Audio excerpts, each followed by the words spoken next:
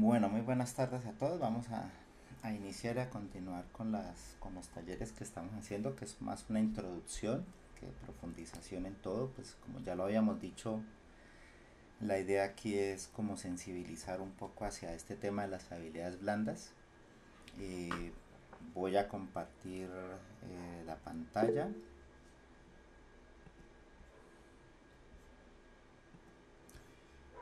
Ok, aquí ya estoy compartiendo la pantalla, ya deben estarla viendo ustedes.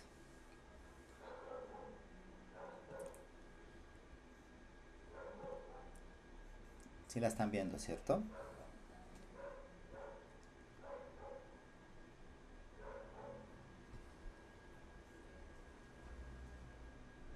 Ok, gracias. Bueno, antes de continuar con la parte de gestión de emociones, me gustaría terminar el último pedacito que quedó de la parte de gestión del tiempo, porque es importante verlo como un brochure ya precisamente de toda esta parte teórica que habíamos visto, cómo se puede manejar esta parte de las tareas o mostrar de pronto una orientación a cómo se pueden manejar las tareas. De todas maneras, esto es un elemento que es bastante personal, es decir, cada uno interioriza la técnica que más le guste y utiliza los hábitos que más le gusten con respecto a esto. Entonces aquí les muestro pues lo que yo en algún momento he podido implementar y he podido trabajar. En lo último que nosotros habíamos quedado en esta matriz de Eisenhower, que era la que nos permitía priorizar las tareas, y habíamos dejado un ejercicio que era un taller, ¿sí? de, de poder clasificar, que llegaban unas tareas por correo, y estas tareas que iban llegando por correo, la idea era como clasificarlas. Con el fin de evitar el más tiempo en esta parte, pues aquí hay un ejercicio de una clasificación que algún estudiante de doctorado hizo cuando revisó estas tareas. Entonces, por ejemplo, aquí cuando teníamos la primera tarea que le llegó era revisar un correo del director solicitando el envío de un informe hoy. Entonces nosotros sabemos que tenemos cuatro áreas, una que es la parte de lo que es lo urgente, que va de izquierda a derecha, ¿sí? Entonces más urgente es a la izquierda, menos urgente a la derecha, y lo otro que es lo importante. Entonces, lo importante está arriba y lo menos importante abajo. Entonces, si llega una tarea de estas, revisar un correo del director solicitando envío de un informe hoy, entonces hoy inmediatamente nos está diciendo que es urgente. Además es algo que tiene que ver mucho con la parte del trabajo de grado o el trabajo de investigación que se está haciendo. Luego esa quedaría clasificada en esta primera área, ¿sí? Lo mismo, entonces llega otra tarea como es leer un artículo científico relacionado con tu tesis, y esa lectura de un artículo científico es importante, claro, porque tiene que ver con algo de lo que estás trabajando, ¿sí? Sin embargo, leer el artículo no es urgente, entonces podría quedar en la parte de planificación. Entonces podríamos colocar leer un artículo científico relacionado con tu tesis. Llevarlo a planificar significa que le tenemos que programar esa tarea y ponerle un tiempo de cuándo vamos a hacer eso. Y aquí hay otras tareas que van llegando, entonces como por ejemplo responder una encuesta institucional de bienestar. Entonces puede ser que digan que esa encuesta es urgente para la universidad para poder mirar cómo está funcionando bienestar, pero no es importante para nosotros. O sea, entonces quiere decir que quedaría en esta parte de delegación, ¿sí? Entonces nosotros podríamos delegarla o definitivamente no hacerla, ¿sí? De todas maneras, otro podría colocar ni urgente ni importante, ¿sí? Porque puede ser que no sea ni urgente para uno, aunque sí es urgente para la universidad. Entonces uno lo podría tomar que esto no es urgente para mí y no es importante para mí, entonces yo lo podría colocar en el último cuadrante. Esto de ir colocando las tareas va a depender un poco de lo que uno considere que es urgente y que es importante. Entonces en algún momento alguna de estas tareas podría quedar en otra posición, ¿sí? Lo importante del caso es que cuando nosotros clasificamos todas estas tareas sobre la parte de urgente, son tareas que posiblemente tengamos que hacer inmediatamente, ya sea el día de hoy, cuando estamos verificando la planificación de la tarea, o a más tardar al siguiente día. Pero si lo colocamos al siguiente día, ya la estamos planificando. Lo que, lo que no es urgente, entonces se debe planificar y son tareas que son importantes para nosotros. Luego las tareas que en prioridad vienen son las tareas que están en estos dos primeros cuadrantes. Los otros cuadrantes son tareas que nosotros o deberíamos delegar o deberíamos dejarlas para después en algún momento que ya no tengamos tantas cosas por hacer o incluso no hacerlas. Entonces esto nos va a dar un primer nivel de clasificación. Eh, bueno, hay una cosa, aquí les voy a mostrar unas herramientas que utilizo yo para manejar esta parte de las tareas. Y aquí hay primero unos elementos a tener en cuenta. Entonces, cuando nosotros tenemos urgente, ¿qué herramientas yo utilizo? Bueno, yo estoy utilizando las herramientas de Google. Entonces, de estas son las herramientas que yo utilizo. Utilizo la herramienta del correo, obviamente por el correo es donde llega la mayoría de las tareas, sin embargo no es la única fuente de tareas. Eh, una herramienta para manejar las tareas o pueden haber también herramientas para guardar contenido, el calendario obviamente y la herramienta de Google Tags. Entonces esas herramientas la podemos manejar. Otro elemento, antes de seguir cómo se manejaría eso, es que hay un método que se llama el método de GTD, Getting Things Done. Este método, vamos a presentarlo aquí para que miremos bien cómo es el método. Este método nos dice que nosotros lo primero que hacemos es recopilar, entonces colocar en un medio todo lo que necesita recordar. Entonces, si nos va llegando cosas por correo, como por ejemplo actas, resoluciones o tener en cuenta algún documento para revisar, entonces nosotros ese documento deberíamos almacenarlo en alguna parte. Esa parte donde nosotros lo podemos almacenar hay diferentes herramientas que nos permiten almacenar. En específico yo utilizo una herramienta que se llama Evernote, ¿sí? Entonces esa herramienta de Evernote a mí me permite guardar esa información, pero hay diferentes otras herramientas. Procesar, entonces una tarea a la vez desde el principio y no devolverla. Entonces si vamos a hacer el ejercicio a través de la cuenta de correo de Gmail, entonces vamos tomando cada entrada de la cuenta de correo como si fuese una tarea a la vez. Entonces vamos mirando la tarea y vamos mirando, la vamos clasificando. Entonces si es urgente, si es importante, y la vamos colocando en uno de los cuadrantes y ya vamos a mirar cómo lo vamos a cuadrar o cómo vamos a colocar eso en los diferentes cuadrantes. Lo importante en este método es que debe uno preguntarse si la tarea requiere menos de 2 minutos en hacerse. Es decir, en esta parte nosotros revisamos si la tarea es enviar un correo, mandar una información que nos están pidiendo. Se puede hacer en menos de 2 minutos. O sea, si la tarea es de hacer una acción y la puedo hacer en menos de 2 minutos, hacerla de una vez, ¿sí? Y eso va sacando de una vez la tarea. Pero si no se demora mucho más, entonces hay que pensar si la tarea la puedo planificar o programar o la puedo delegar definitivamente. Ahora, si es una tarea que no requiere acción, entonces es una tarea que o es una información que uno se da por enterado y que tiene que archivar la información, como aparece aquí, que uno podría archivar la información o definitivamente desecharla. Entonces esa sería la otra acción que uno haría allí. Luego vendría las acciones próximas, que es la parte de organización. Si es una tarea que normalmente corresponde a un proyecto o a una actividad que requiere subactividades, entonces la organización nos va a decir que tendríamos que crear esas subactividades y programar la tarea dentro de un proyecto. Y podríamos dejarla allí programada. Pero hay veces que esas tareas no dependen directamente de nosotros, sino son tareas que uno de pronto manda una información y espera que otro revise esa información para uno proseguir con esa tarea. Entonces en ese momento esa tarea queda en espera o queda bloqueada porque se ha delegado antes de que tú puedas continuar. Y habrán tareas que no son tan importantes, pero que de pronto en algún momento las quieres hacer y las podrías dejar en que algún día o cosas que podrías hacer en algún momento.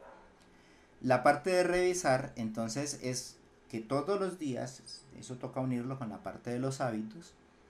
Algunos han desarrollado un hábito de revisar la tarea por la noche, las tareas que van a hacer al otro día. Entonces 10 minutos, 15 minutos antes de la noche llegan y dicen, bueno, mañana tengo que hacer esto, esto, esto, esto.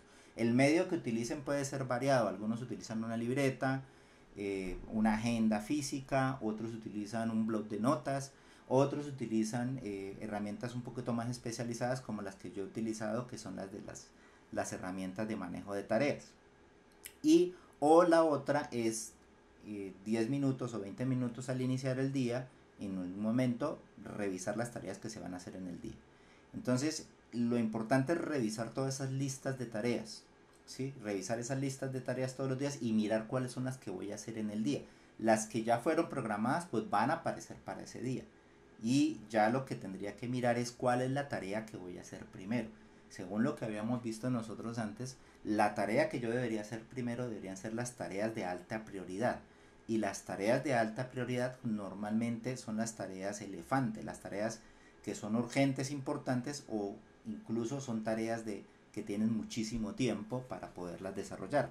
Y como tienen mucho tiempo para poderlas desarrollar, debería dejarles un espacio de tiempo para desarrollar esa tarea. Entonces, por ejemplo, están haciendo el RCL de la investigación. Es una tarea que es una subtarea del proyecto de investigación, pero la RCL requiere una serie de pasos. Entonces podemos colocar subactividades y poner una subactividad que posiblemente sea crear las cadenas de búsqueda. Entonces hoy voy a crear la cadena de búsqueda de tal hora a tal hora. Al otro día sigo con la cadena de búsqueda, al otro día y le dejo media hora o una hora. Y lo mismo con la siguiente actividad. Esas, como son tareas elefantes, toca irlas abordando todos los días y dejarles un espacio para ir sacando esa tarea. Ahora, este método de GTD, Getting Things Done, no prioriza, ¿sí? Pero sí exige revisar todas las tareas en el orden en el que se almacenaron. Bueno, yo hago un pequeño cambio aquí. A mí, como sí me gusta esta parte de priorizar las tareas y utilizar Pareto, por eso les comenté de la matriz de Eisenhower, donde uno ya primero las prioriza y luego uno puede hacer las tareas más grandes o mirar las tareas más grandes primero. Y ese tiempo que ya hacemos de organizar todas estas tareas, de clasificarlas, de guardarlas, nos va a ahorrar un montón de tiempo después al momento de entregar resultados. Ya lo que queda es hacer. Entonces, una vez que termina, entonces comenzar a hacer. Ahí ya se pueden aplicar otras técnicas en el hacer, como por ejemplo lo que habíamos hablado de evitar las interrupciones, o sea, cómo quitar todas las posibles interrupciones, evitar los ladrones de tiempo, que también los hablamos, o utilizar técnicas como Pomodoro, que son técnicas que nos permiten bloquear todos los dispositivos, todas las posibles interrupciones en un espacio completamente cerrado, trabajar plenamente esos 20 minutos, ¿sí? Descansar después 5 minutos y trabajar plenamente otros 20 minutos y hacer todo un ciclo. Entonces esas son otras técnicas ya en el hacer. Entonces esto es el resumen de eso que les he comentado. Entonces vamos utilizando aquí unas herramientas. Entonces el ejemplo que yo les tengo aquí es pues por Gmail. Tengo que tener unas listas de tareas. Vamos a utilizar el Google Tags, ¿sí? El calendar también. En el calendar vamos colocando precisamente esos eventos. ¿Y qué es lo primero que aparece en el Getting Things Done? Entonces primero aquí tenemos que es recopilar. Entonces vamos recopilando la información que vamos necesitando. Vamos revisando el correo. ¿Y qué vamos haciendo después? Vamos a procesar. Y procesar, lo que hacemos es, vamos mirando el inbox. Entonces vamos a utilizar en el Google Tags, nosotros podemos trabajar un Kanban de tareas. Y el Kanban de tareas, ya muchos de ustedes lo conocen, que es una forma de administrar y gestionar las tareas, incluso en los proyectos en desarrollo de software, que nos permite visualmente priorizarla y visualmente mirar el seguimiento de las tareas y concentrarnos en unas tareas específicas. Entonces, para eso nosotros vamos a crear unas listas inbox, que son el conjunto de tareas que nosotros vamos a manejar. Yo se las voy a mostrar ahora. Revisamos la tarea y lo primero que preguntamos en la parte de organización es si la tarea es accionable. Eso que llegó por el correo o esa tarea que tengo que hacer necesita una acción, no necesita una acción. Entonces miramos si es basura, miramos si la pasamos a una lista de hacerla algún día, ¿sí? o la pasamos a un archivo, es decir, guardarla, porque de pronto en algún momento la vamos a consultar. Pero si es una tarea que requiere acción por parte de nosotros, entonces tenemos que preguntarnos cuál es la aproximación. Si es una tarea que hace parte de un proyecto, pues tendremos que ubicarla en ese proyecto. Pero si es y planificar esa tarea dentro de ese proyecto. Y recuerden que esas tareas para nosotros son tareas elefantes, son tareas que tenemos que irle sacando pedazos de tiempo todos los días para ir avanzando en el mismo. Ahora, si no es una tarea de esas elefantes que hace parte de un proyecto, nos preguntamos si la podemos hacer en menos de 2 minutos. No las podemos hacer en menos de 2 minutos, entonces hay que retrasar la tarea y nosotros la planificamos para un momento en que podamos hacerla. O si es una tarea que no es importante, entonces la podemos delegar. Entonces si podemos tener a alguien que nos pueda colaborar con esa tarea, la delegamos y entra a una lista de espera. Entonces aquí entraría a la lista de espera. Ese retrasarla pues sería programarla y colocarla dentro de unas listas de trabajo que después se va a hacer en el día que corresponda, o ponerla en el calendario para hacerla en el día que corresponda, ¿sí? Ahora, si es una tarea que hago en menos de 2 minutos, entonces hacerla, y aquí ya vamos sacando la tarea, ¿sí? Entonces ese es el trabajo que normalmente se hace. Entonces voy a mostrarles cómo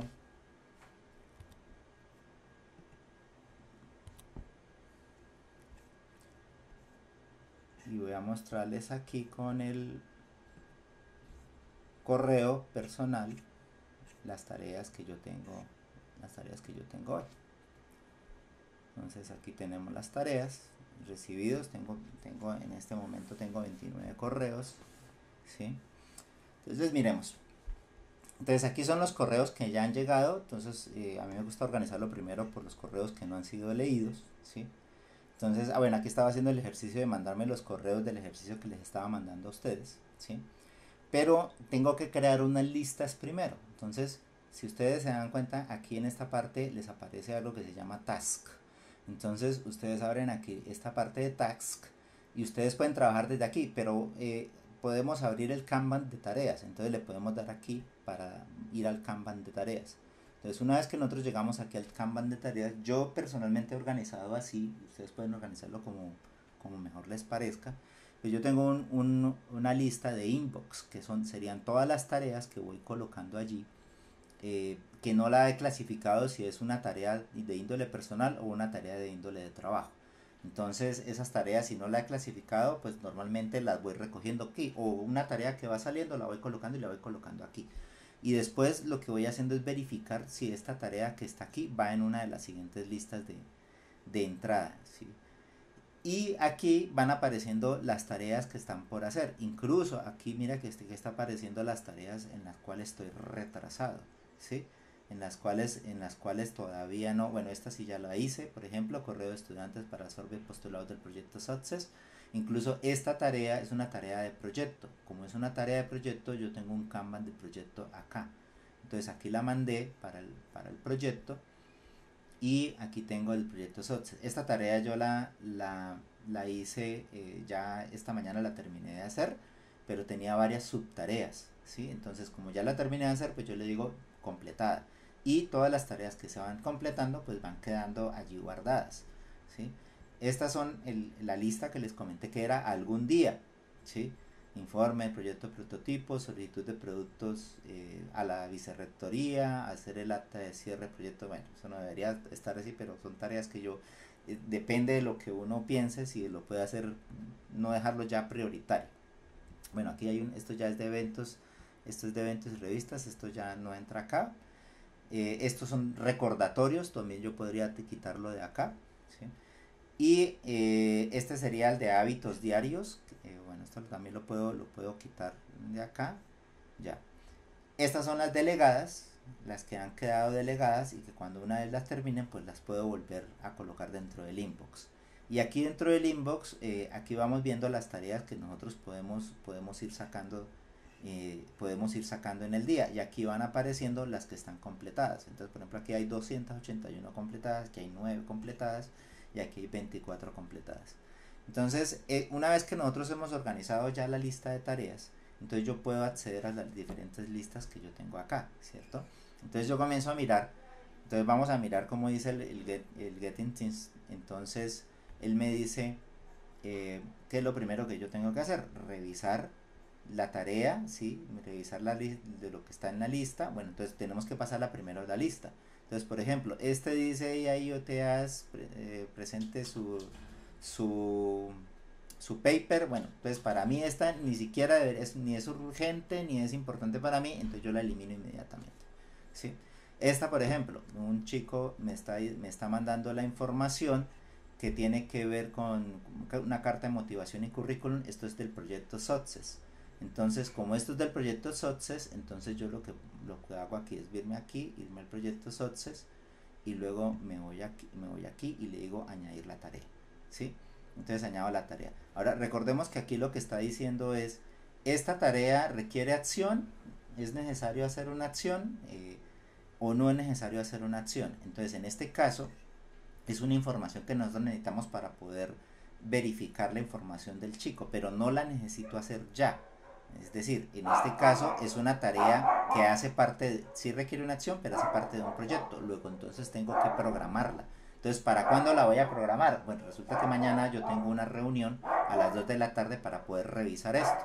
Entonces yo la coloco que va a ser mañana y le coloco aquí que la hora va a ser las 2 de la tarde y le digo hecho. Entonces esa ya queda programada y mañana me va a aparecer como la tarea que voy a tener que hacer hoy, ¿sí? Entonces me regreso nuevamente aquí y aquí me aparece ahora María Alexandra diciéndome que no le he dado no le he evaluado un trabajo de evaluadores. Entonces esa tarea como la clasificamos nosotros. ¿Es urgente? Sí, es urgente. ¿Es importante para mí dentro de mis actividades? Posiblemente no, pero sí es urgente, importante para el departamento. ¿Dónde la estaría yo clasificando de pronto esta tarea? ¿Sí? Eh, si esta tarea, por ejemplo, muy seguramente ella ya me la mandó mucho antes, de haberla programado y haberla colocado y haber puesto un día donde programarla, y seguramente esta tarea puede ser que esté retrasada, ¿sí? Y esta tarea que está retrasada, sí, mira, aquí está, el 20 de mayo, y aquí está, me está diciendo que, qué pasó con esto, ¿sí? Entonces, esto es urgente, pero como no la atendí rápido, pues ya tendría que colocarla como para hacerla de una vez. Ya a esta hora pues me toca colocarla es para hacerla posiblemente mañana. Entonces vamos a meterla dentro del inbox de trabajo y esta tarea la voy a programar, ¿sí? Aquí, y la voy a colocar para mañana, para sacarla mañana. ¿A qué horas? Yo puedo incluso colocarla ahora. Bueno, mañana voy a estar en la universidad y mañana la voy a hacer a las 8:30 de la mañana, ¿sí? Y puedo colocar aquí un detalle. Realizar la evaluación y enviarla. Listo, eso podría ser. Entonces ya quedó cuadrada esa tarea, ¿sí? Y así sucesivamente vamos nosotros gestionando cada una de estas tareas. Habrán tareas como las que decían allí que no me va a demorar más tiempo de lo que de más de 2 minutos, como por reenviar una información. Pues lo que hago es accionarla allí inmediatamente. Y una vez que yo he gestionado y he recibido todas las tareas, ahora no es el único punto de acceso a las tareas, ¿no? Hay otros puntos de acceso a las tareas. Posiblemente estabas en una reunión y no te llegó por correo y te dijeron, bueno, necesitamos la hoja de vida o necesitamos la información del proyecto para que la mande la Vicerrectoría de Investigaciones. Entonces, en ese caso, nosotros podríamos ir directamente a la gestión de tareas y agregar una tarea aquí, ¿sí? En trabajo o en el proyecto, ¿sí? En el proyecto nosotros podríamos llegar y decir, ah, bueno, aquí me están pidiendo que envíe un informe, entonces enviar informe, y aquí la coloco directamente y la planifico o la programo.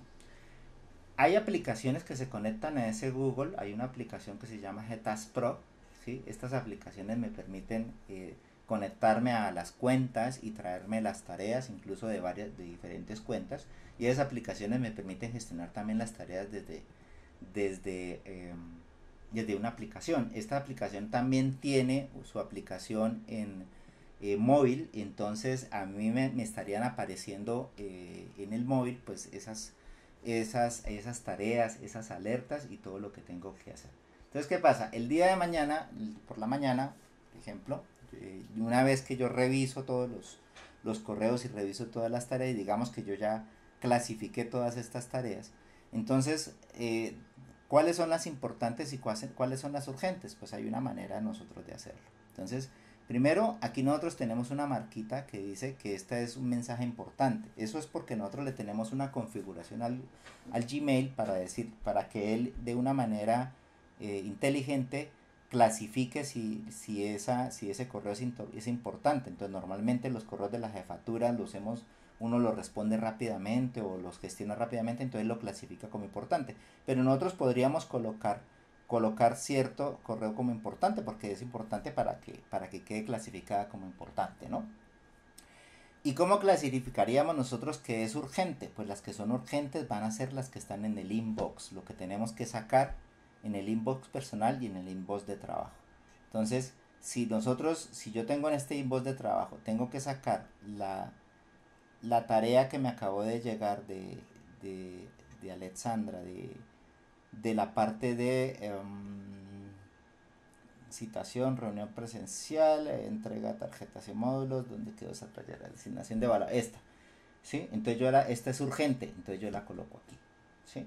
Entonces le coloco estrellita.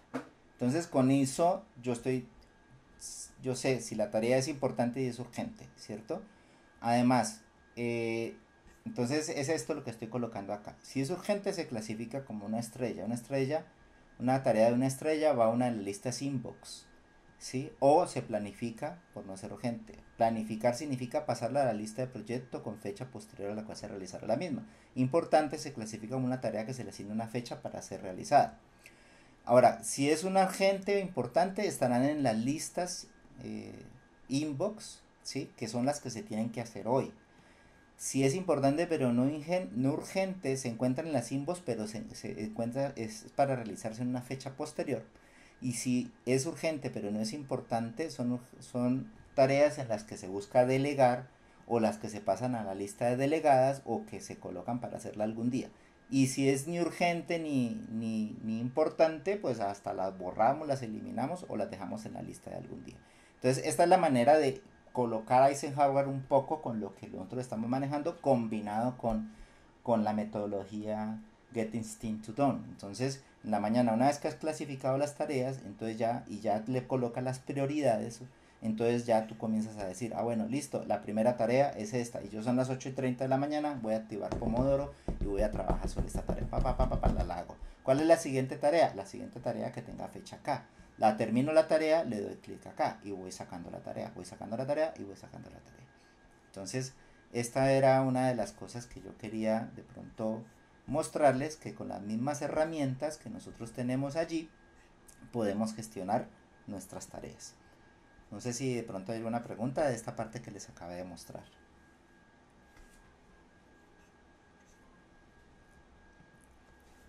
Bueno, obviamente esto requiere disciplina. Esto requiere que o por la noche o por la mañana siempre nosotros hagamos la revisión de las tareas. Requiere que las clasifiquemos, requiere que las programemos, requiere que las coloquemos allá. Si es una tarea que es un evento, una reunión, que se me olvidó comentarles eso, pues obviamente ese correo, uno aquí, si este correo es por ejemplo un evento, una reunión, pues yo lo puedo mandar a crear evento y obviamente pues eso crea aquí un evento dentro del calendario. Entonces ahí el calendario pues estaría combinándose con las tareas que nosotros vamos manejando. Ahora, lo último es que nosotros podemos tener todas estas técnicas de gestión del tiempo y todas estas técnicas necesitan disciplina, necesitan que tú generes un hábito diario de clasificarlas, de sacarlas, ¿sí? Pero hay algo supremamente importante también que se llama gestionar la energía. Y esa parte de gestionar la energía es súper importante porque tú puedes tener las técnicas, pero posiblemente si no tienes la energía necesaria para poder gestionar esas tareas, digamos que pones la tarea a las 9 de la mañana y te estás durmiendo, pones a las 10 y te duermes en la tarde también y no te puedes concentrar, eso es porque hay una pérdida de energética y eso está muy relacionado con los hábitos que nosotros tengamos y que nosotros hayamos desarrollado. Entonces en este punto, este último punto, es algo importante. Nosotros normalmente planificamos nuestras tareas, pero no pensamos si estamos cuidando bien nuestra energía. Entonces sí es importante que nosotros seamos conscientes de las cosas que son importantes. Y ahí vuelvo al principio de lo que yo les había hablado desde la primera sesión que hicimos. Recuerdan que empezamos hablando de cuáles son mis valores, ¿sí? ¿Qué es lo más importante para mí y en qué dimensión? En la parte de salud, en la parte emocional, en la parte profesional, ¿sí? Entonces es hacernos conscientes precisamente de eso. Eh, ¿Qué nos da mayor bienestar, felicidad y logro? ¿Sí? Eh, un cuerpo saludable está muy relacionado, la salud física y el cuerpo está muy relacionado con la mente. Entonces, cultivar el cuerpo es cultivar la mente. Entonces, ambos se relacionan entre sí. Entonces, gestionar la energía con la gestión del tiempo es algo supremamente importante. La combinación de las dos cosas nos va a permitir precisamente cumplir con lo que tenemos que hacer, incluso ir mucho más allá de las cosas que nosotros tenemos que hacer. Ahora, recuerden que estábamos hablando que al principio yo les hablaba, una cosa es el autoconocimiento, que es algo importante para nosotros para poder encontrar esas virtudes, esos valores.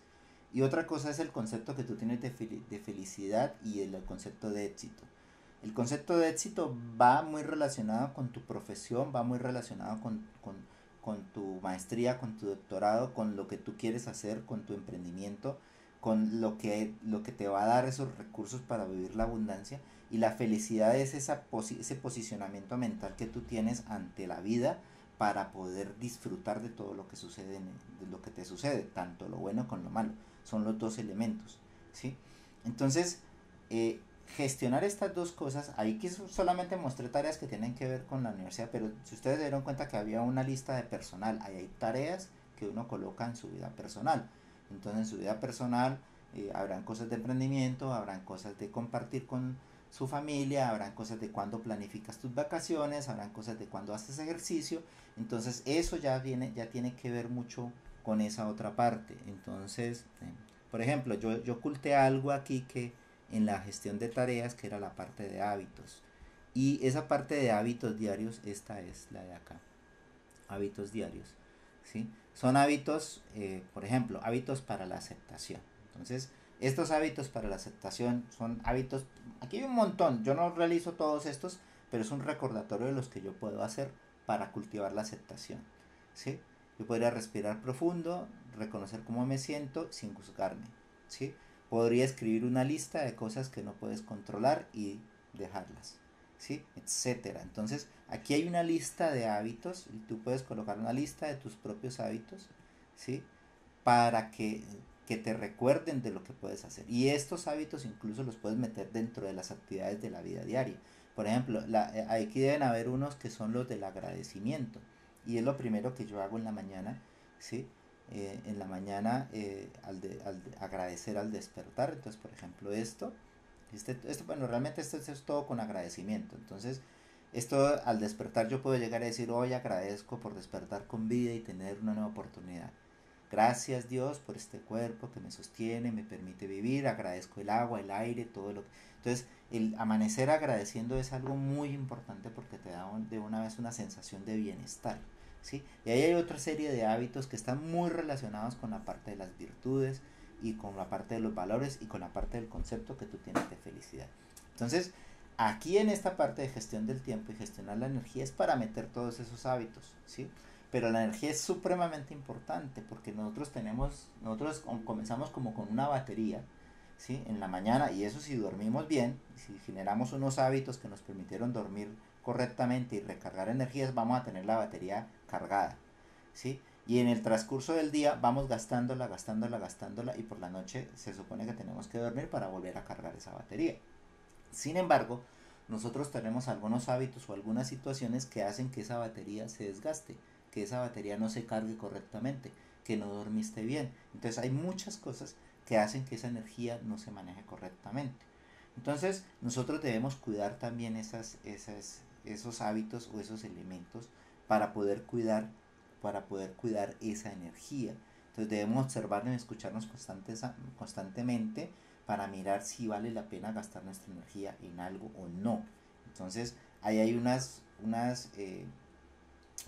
mitos que nosotros tenemos que manejar, ¿sí? Por ejemplo, hay personas que dicen más actividades para gestionar la energía personal disminuye el tiempo disponible, ¿sí? Entonces, eso no es cierto. Añadir planes reconfortantes a la rutina no hará que disminuya el tiempo que tenemos para hacer las tareas. El tiempo se gasta, ¿sí? Todos tenemos la misma cantidad del tiempo, ¿sí?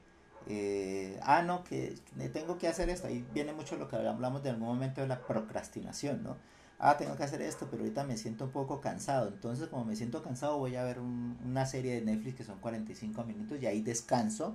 Y entonces ahora sí hago eso. No, eso es lo que te estaba quitando energía. ¿Sí? Otra actividad más que supuestamente te va a descansar. Puede ser que te cambie un poco la mentalidad de ver algo diferente, pero gastas energía. ¿Sí?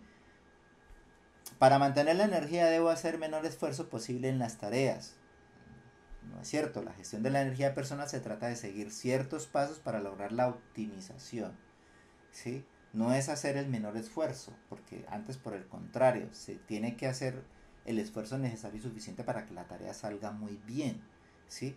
Y lo que se supone es que yo tengo es que priorizar cuál es la tarea más importante que tengo que trabajar en ese momento, ¿sí? Y eso lo que va a reducir después es el impacto que va a tener en las tareas que yo voy a hacer. Recordemos el principio de Pareto. Hacer actividades de ocio digital te permite recargar más energía, no es cierto tampoco. Se produce más energía con sustancias como café, té, energizantes dulces.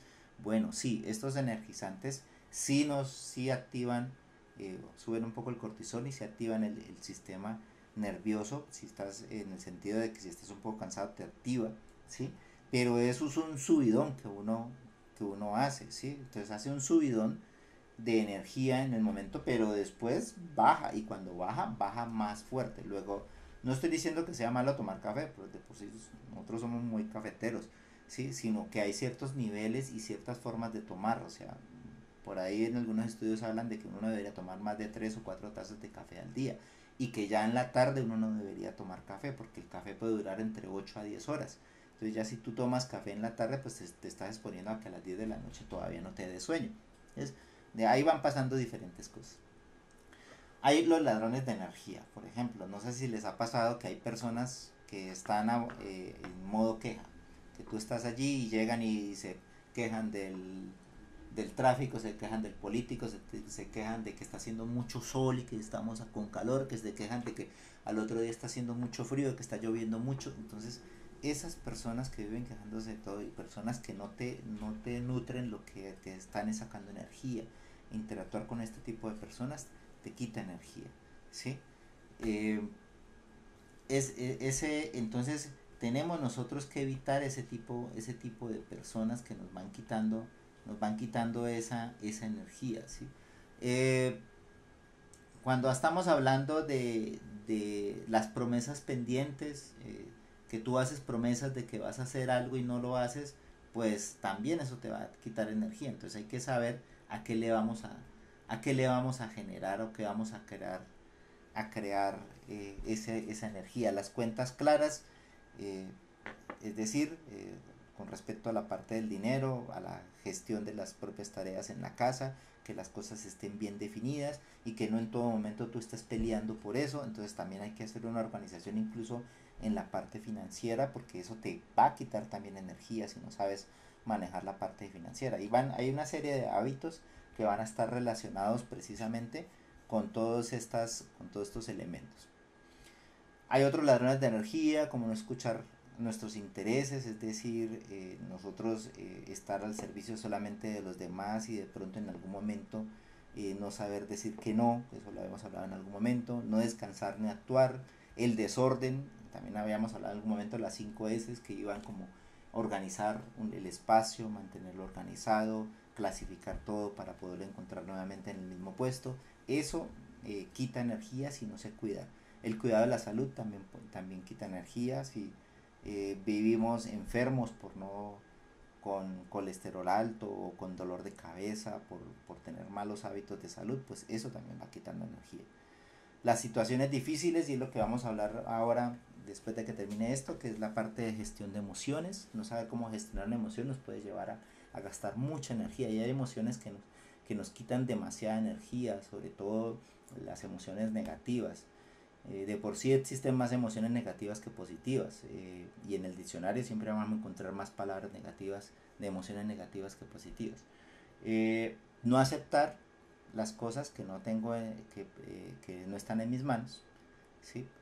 Y no aceptar es diferente a resignarse. Simplemente hay cosas que yo puedo, que están en mis manos, hay cosas que no están en mis manos.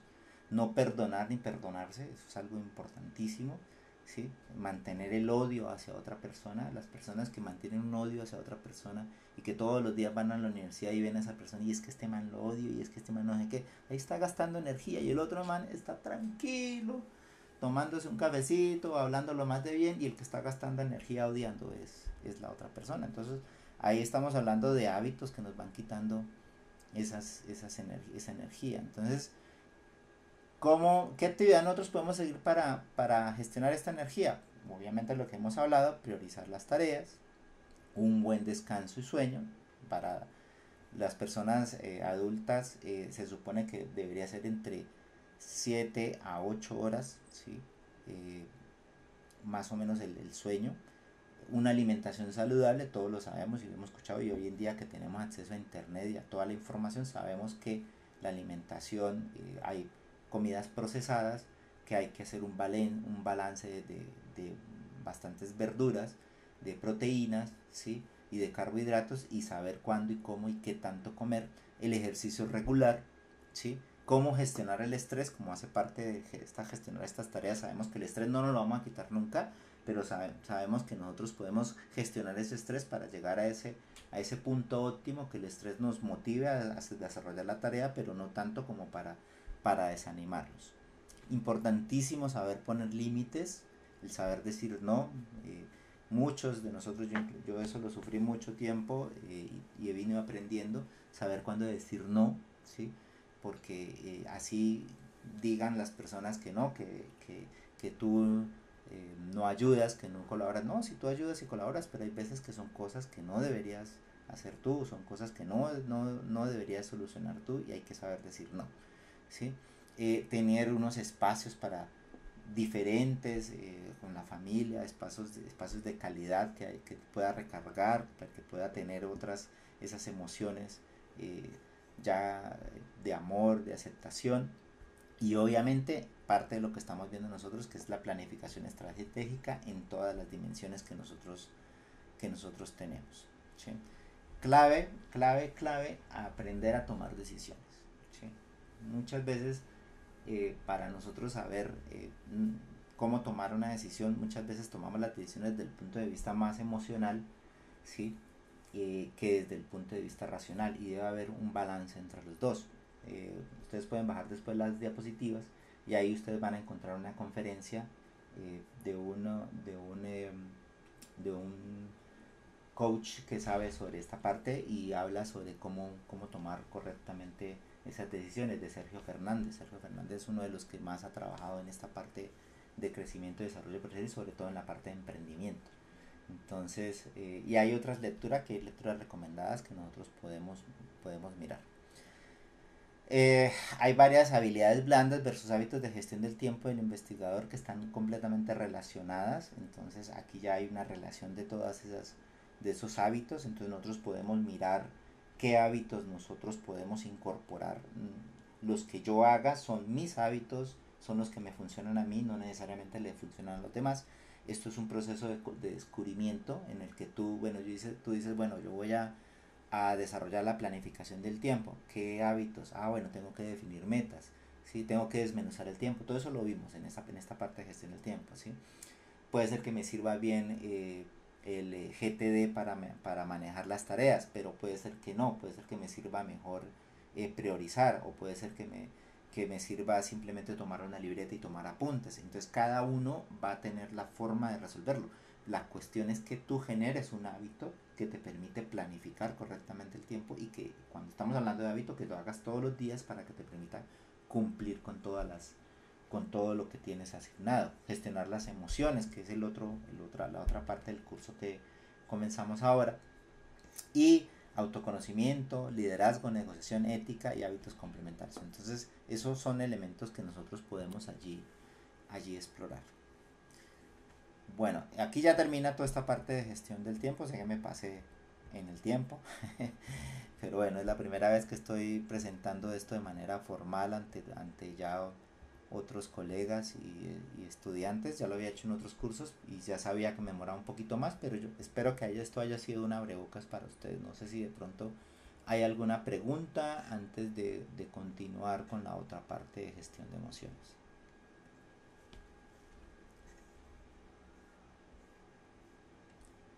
¿Cómo vamos? ¿Si estoy conectado o estoy hablando aquí solo?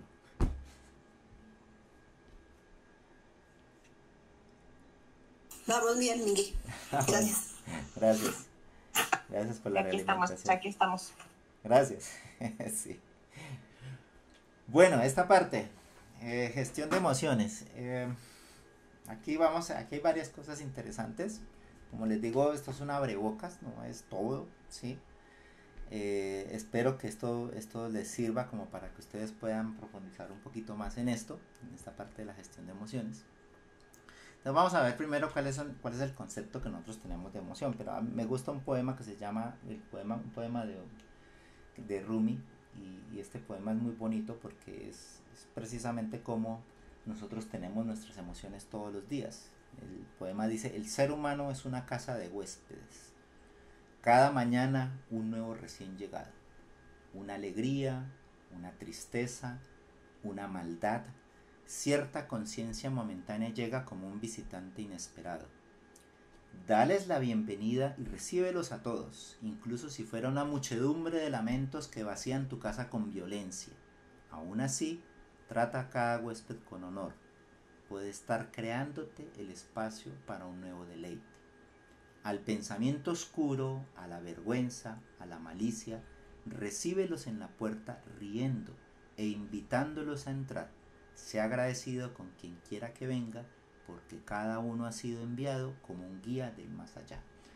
Esto que dice Rumi es lo que todos los días podemos nosotros recibir: un huésped. Algo que nos da alegría, una emoción, algo que nos enfurece, que es otra emoción, algo que nos entristece, que es otra emoción. ¿Qué vamos a hacer con esas emociones? ¿Sí? En este punto es donde muchas veces la cultura nos dice, eh, la cultura popular nos dice: no, es que no tengas malas emociones, simplemente evítalas. Y no, todo lo contrario, ¿sí? Nosotros no debemos evitar las emociones. Nosotros tenemos que hacer lo que dice aquí Rumi: abrirle la puerta a la emoción con una sonrisa y decirle sigue. Y ese es el primer elemento de lo que es la gestión de emociones. El primer elemento consiste en aceptar que nosotros tenemos emociones tanto positivas como negativas. Las emociones positivas nos llevan precisamente a vivir esa alegría, esa abundancia del universo, a sentirnos muy bien y a mirar que muchas de las cosas que nosotros hemos trabajado, todas esas tareas que hemos hecho y todo eso que mostramos antes que se hacía, han dado su fruto, ¿sí? Con disciplina. ¿Sí? Muchas de las emociones más importantes, como cuando te dan un premio, te dan un reconocimiento, no ha sido de la noche a la mañana, ha sido de mucho trabajo, ha sido de estar todos los días trabajando en eso. Cuando ustedes reciban su cartón, los estudiantes de pregrado y de posgrado reciban su cartón, eso es un trabajo arduo que han hecho. Cuando nosotros como profesionales, como profesores, recibimos algún reconocimiento o terminamos un proyecto, es algo que nos produce ese tipo de emoción, pero porque hemos sido disciplinados. Muchas de estas emociones vienen después o detrás de ese trabajo disciplinado. Es mentira que nosotros podemos tomar atajos, ¿sí? Cuando nosotros tomamos atajos puede ser que momentáneamente tengamos ciertas emociones, pero normalmente las cosas más importantes de la vida requieren ese tiempo y ese compromiso.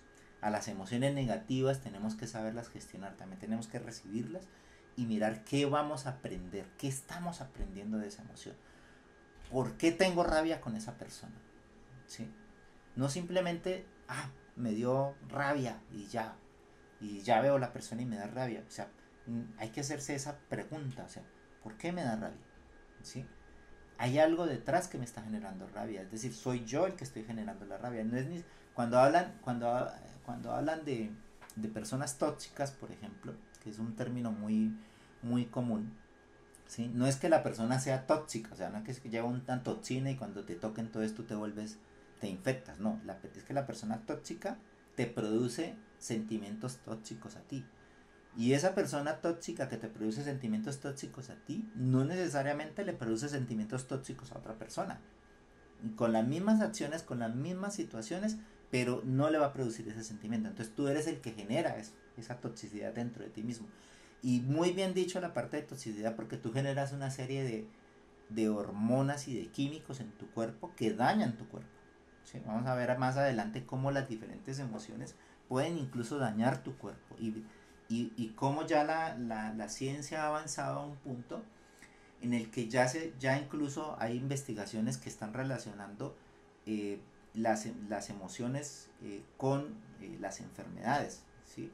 Y cómo la mayoría de las enfermedades tienen una relación o un origen también emocional, y cómo trabajando la parte emocional la enfermedad podría de arreglarse o incluso desaparecer, ¿sí?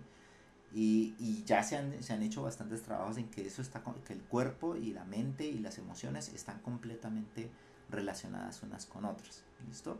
Entonces, gestionar las emociones implica que las recibas y que tú sepas qué hacer con esa emoción para convertirla en un aprendizaje o para disfrutarla si es una emoción positiva. En todo caso, cuando tú recibes una emoción es un movimiento, como lo dice allí, ¿sí? Una emoción trae acción, ¿sí? Porque la emoción genera esa acción. Solamente que esa acción puede ser una contracción o puede ser una expansión. Normalmente cuando tú tienes tristeza o miedo tratas de contraerte, ¿sí? Tratas de meterte como en un capullito porque tienes esa tristeza o ese miedo. O cuando tú tienes ira o eres alegre, pues abres los brazos. O cuando es ira, pues sales a pelear o sales, ¿sí? O haces cualquier cosa. Entonces eso es una acción de expansión, pero es una acción, es una emoción que va generando una acción en lo que tú vas haciendo. Recuerden que ya habíamos nosotros hablado en una de las de las sesiones pasadas, les había hablado de que había una manera en que nosotros interactuamos, en que nosotros interactuamos, hay un ciclo de interacción: el pensamiento, la emoción, ¿sí? Y cómo esas emociones generan esas acciones, ¿sí? Y cómo esas acciones repetidas durante mucho tiempo generan esos hábitos, y esos hábitos nos generan esos resultados, y puede ser una realimentación negativa, o una realimentación de que nos va llevando a nuestras metas, o puede ser una alimentación positiva que nos lleva de pronto a tener un ciclo ya no de abundancia, sino un ciclo de escasez, un ciclo en el que nosotros estamos generando incluso más emociones negativas. Entonces, estas emociones nos traen el mensaje, como lo hemos dicho, pero no debemos rechazarlas. La cultura nos dice recházala, pero no debemos rechazar esas emociones, ¿sí? O no debemos ocultarlas o reprimirlas. Lo primero que nos dicen, por ejemplo, bueno, los que crecimos en el siglo pasado, nacimos del siglo pasado, nos decían: usted es un hombre, ¿sí? No llore, ¿sí? Tú te caías, te golpeabas, y los papás que estaban llegaban y nos decían: no, no, párese, chino, que no, eso no es nada, no hay mucha sangre ahí, siga caminando. Y no, y usted no, los hombres no lloran, y usted con ganas de llorar, o ¿sí? No, entonces eras fuerte. Entonces eso es ocultar, eso es reprimir, ¿sí?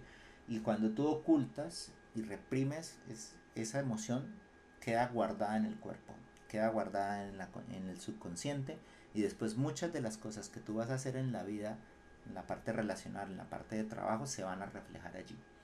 De por sí hay un trabajo ya bastante conocido en psicología que se llaman los vacíos emocionales, ¿sí?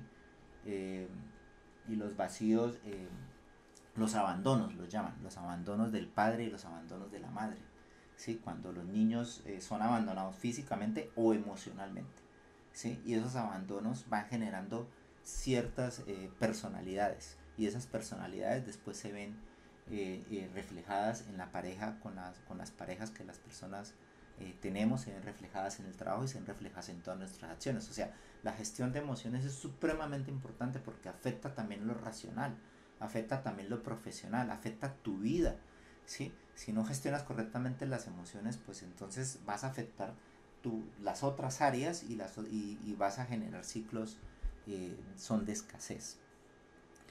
Bueno, aquí hay un resumen de que el miedo nos motiva a actuar para evitar consecuencias, la ira nos motiva a luchar contra los errores o poner límites, la tristeza nos motiva a pedir ayuda o apoyo. La curiosidad nos motiva a explorar y aprender. Estas serían emociones que nosotros como investigadores deberíamos cultivar. La sorpresa nos motiva a dirigir atención hacia algo inesperado. La alegría nos motiva a reproducir ese acontecimiento. Y nosotros, si hacemos un estudio y leemos varias cosas sobre emociones, vamos a encontrar un montón de cosas. Entonces aquí hay un mapa mental de emociones donde hay muchísimas cosas que nosotros podríamos hablar de las emociones.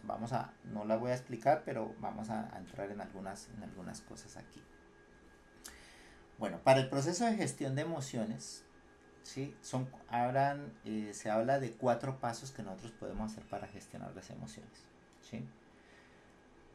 El primer paso es como lo que dice allí. Ese primer paso habla de reconocer la emoción. Entonces nosotros lo primero que tenemos que hacer obviamente es saber qué tipo de emoción, si es una emoción positiva o una emoción negativa, y dependiendo del tipo de emoción nosotros ya podemos entrar a explorar la emoción, ¿sí? A invitarla a pasar y a empezar a mirar ese por qué se produce esa emoción, ¿sí? Normalmente las emociones negativas son las que más nos dan aprendizaje. Entonces el tercer punto es poder nosotros establecer qué he aprendido de esa emoción. Y una vez que yo aprenda de esa emoción, o que yo diga, bueno, ya de esto aprendí que debo poner límites, de esto aprendí que no debo que si veo esta situación en las personas no debo volver a confiar por estas razones, o de esto aprendí que no debo tener tantas expectativas en este sentido. Bueno, entonces esos son posibles ejemplos de aprendizajes. Y finalmente, después es soltarla. El hecho de soltar tiene que ver con 2 elementos específicos que se llama aceptar y perdonar, ¿sí? Entonces mucho está relacionado con esos 2 elementos que es soltar la emoción. Bueno, esto está muy relacionado también con la química corporal y con todas las hormonas, ¿sí? Entonces hay una hormona muy importante, la trabaja mucho la psicóloga Marian Rojas Estapé, ¿sí? Que se llama la oxitocina, ¿sí? Esa es la hormona que se llama la hormona de los abrazos, ¿sí? Cada vez que tú das un abrazo a tu pareja, a tus hijos, a alguna persona, entonces generalmente se genera esa oxitocina. La oxitocina es muy importante para la relación entre la madre y el bebé, ¿sí? Es muy importante entre la pareja para que la pareja después genere vínculos a más largo plazo. Entonces es importante estas hormonas que se generan a partir de los abrazos, ¿sí? Así de esa misma manera debemos nosotros saber abrazar nuestras emociones, porque todas sin distinción nos van a traer un aprendizaje. Entonces vamos al primer paso. Dice el primer paso: vamos a reconocer la emoción, ¿sí? ¿Y por qué decimos reconocer la emoción? Porque nosotros normalmente creemos que sabemos reconocer una emoción. Pues para nosotros es más fácil saber cuándo estamos con rabia, con ira, y de pronto es más fácil saber cuándo tenemos ternura o emoción o amor, ¿cierto? Es como lo más fácil, ¿sí? Pero muchas veces podemos nosotros estar confundiéndola. De pronto la ira realmente puede ser un miedo o puede ser una frustración, ¿sí? O de pronto el amor se esté confundiendo con otro tipo de emoción. Luego nosotros tenemos que hacer ese proceso de preguntarnos realmente qué es lo que está sucediendo. Y para poder reconocer la emoción debemos entender de que esto se puede ver a 3 niveles, ¿sí? A nivel físico, se representa una emoción, tiene impacto a nivel físico. Entonces hay unas preguntas que nosotros nos hacemos allí de cómo manejamos esas emociones a nivel físico. Esa pregunta es: ¿qué sensaciones me produce? ¿Estoy agitado? ¿La respiración se me aceleró? ¿Sí? ¿O me quedé sin fuerzas? ¿O tengo los ojos llorosos? Entonces hay una reacción física, ¿sí? El otro elemento es el nivel emocional. ¿Qué emociones me produce? Tengo sensación de vacío, desasosiego, siento angustia, todo me parece peligroso. Entonces esos elementos ya me van acercando a que si la emoción es miedo o la emoción realmente es como depresión, o qué puede ser esa emoción. Entonces ese elemento es la parte emocional de lo que estoy sintiendo. Y la tercera parte para reconocer la emoción es el nivel cognitivo. ¿Qué me digo al sentir? ¿Qué me digo? O sea, me estoy diciendo yo a mí mismo al sentir lo que siento, ¿sí? Estoy abierto a la vida, nada se me puede resistir, o que para el mundo ya no lo aguanto más, quiero salir corriendo. ¿Qué me estoy diciendo? O me estoy diciendo, no, es que usted sí es bruto, usted cómo actúa así, o es que usted no sirve para nada, desde chiquito ya a usted le dijeron que no servía para nada y usted está mostrando que eso es así. ¿Qué te estás diciendo? ¿Sí? Y esa es una de las cosas que en la parte de autoconocimiento, de las primeras cosas que uno tiene que hacer es poder escuchar lo que tu mente te está diciendo a ti mismo. ¿Sí? Entonces, con estos elementos nosotros podemos empezar a reconocer qué tipo de emoción, bueno, esto es sacado de un libro, yo después les comparto las referencias, o creo que yo las coloqué al final, ¿sí? Que profundiza un poquitico más hacia eso.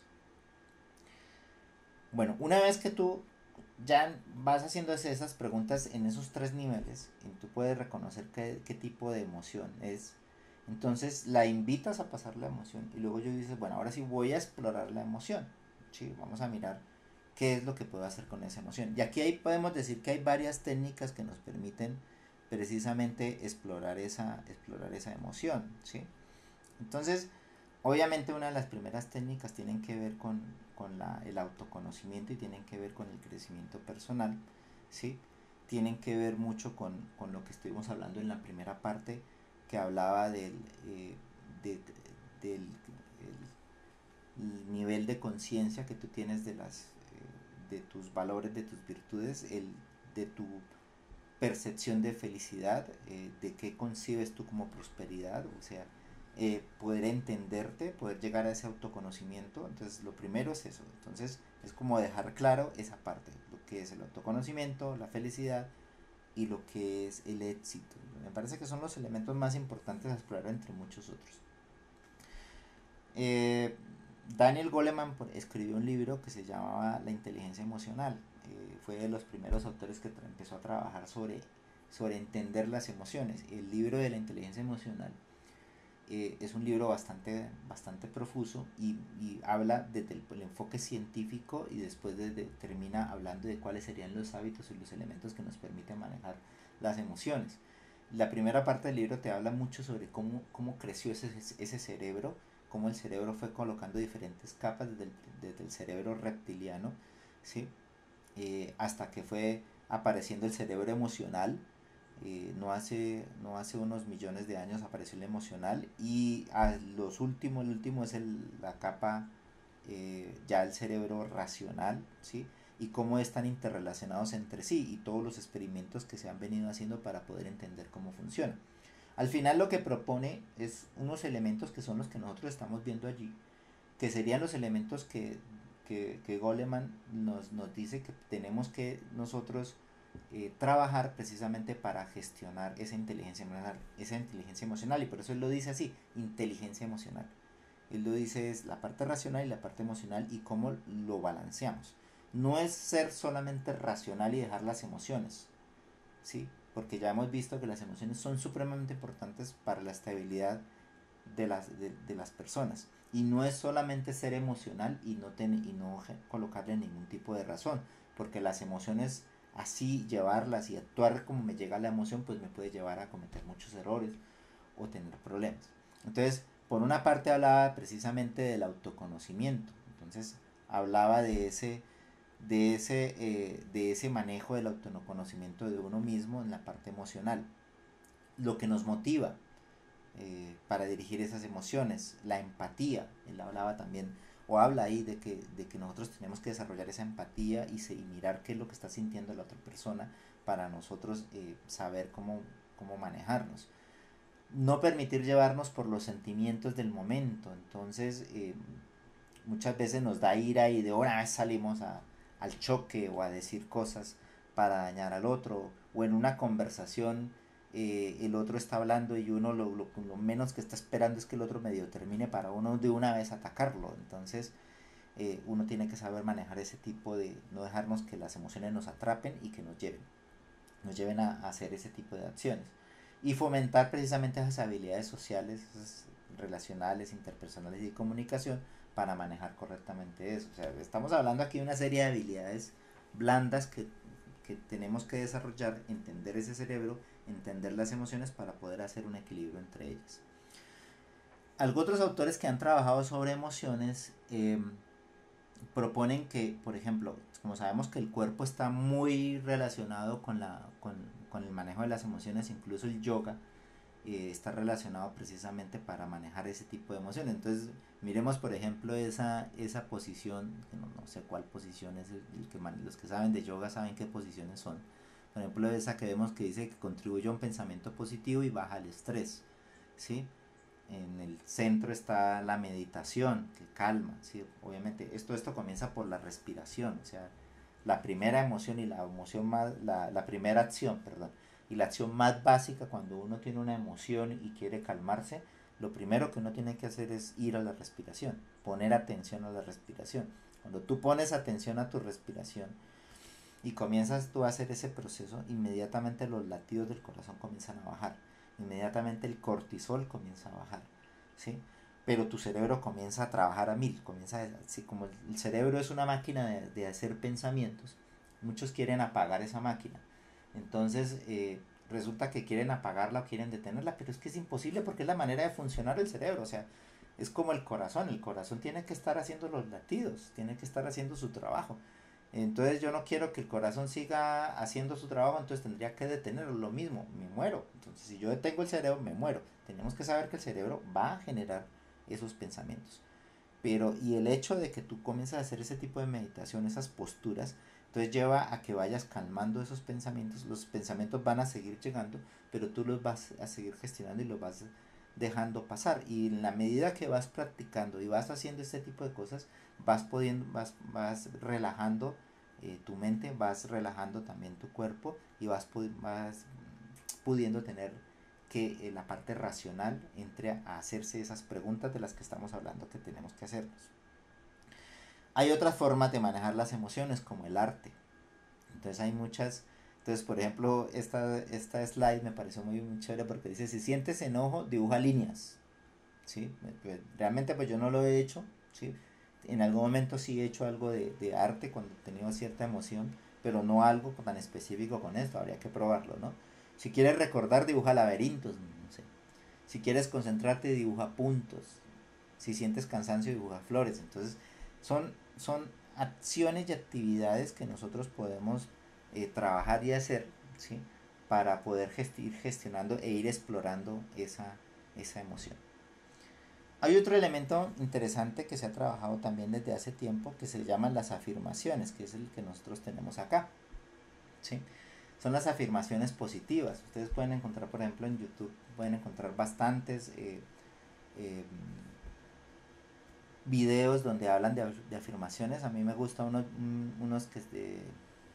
que unos videos de Louise Hay. Louise Hay fue de las primeras personas que trabajó en las afirmaciones positivas y hizo bastantes libros con afirmaciones positivas. La historia de Louise Hay es bastante interesante, como ella después pudo llegar a ese nivel mental.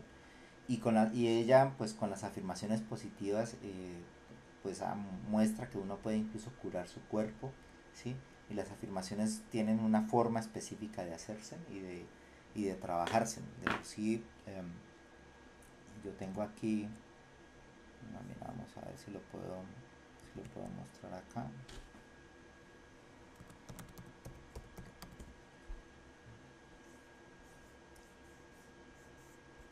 Entonces, aquí tengo Evernote, shortcuts, afirmaciones positivas. ¿Sí? Y aquí están las afirmaciones positivas de Louise Hay. Entonces, uno puede escuchar esto todas las mañanas. En últimas, ella habla: yo me merezco todo lo bueno, no algo, un poquito, sino todo lo bueno. Ahora disuelvo cualquier pensamiento negativo o restrictivo, me libero y disuelvo todas las limitaciones del pasado. No me ata ninguna limitación de la sociedad en la que vivo.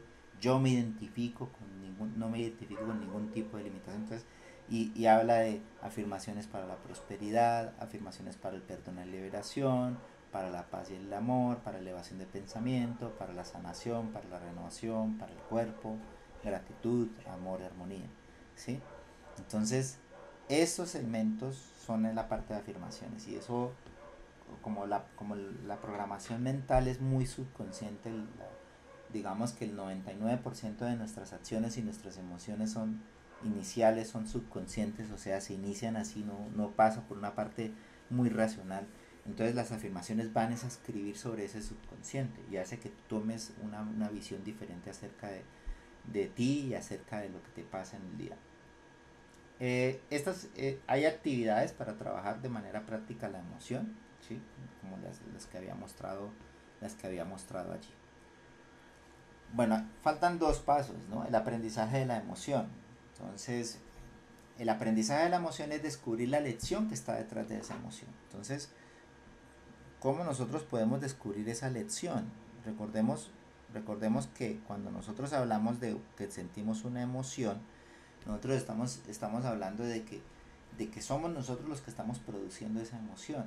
Entonces tenemos que hacernos esas preguntas: ¿por qué yo tengo esa emoción?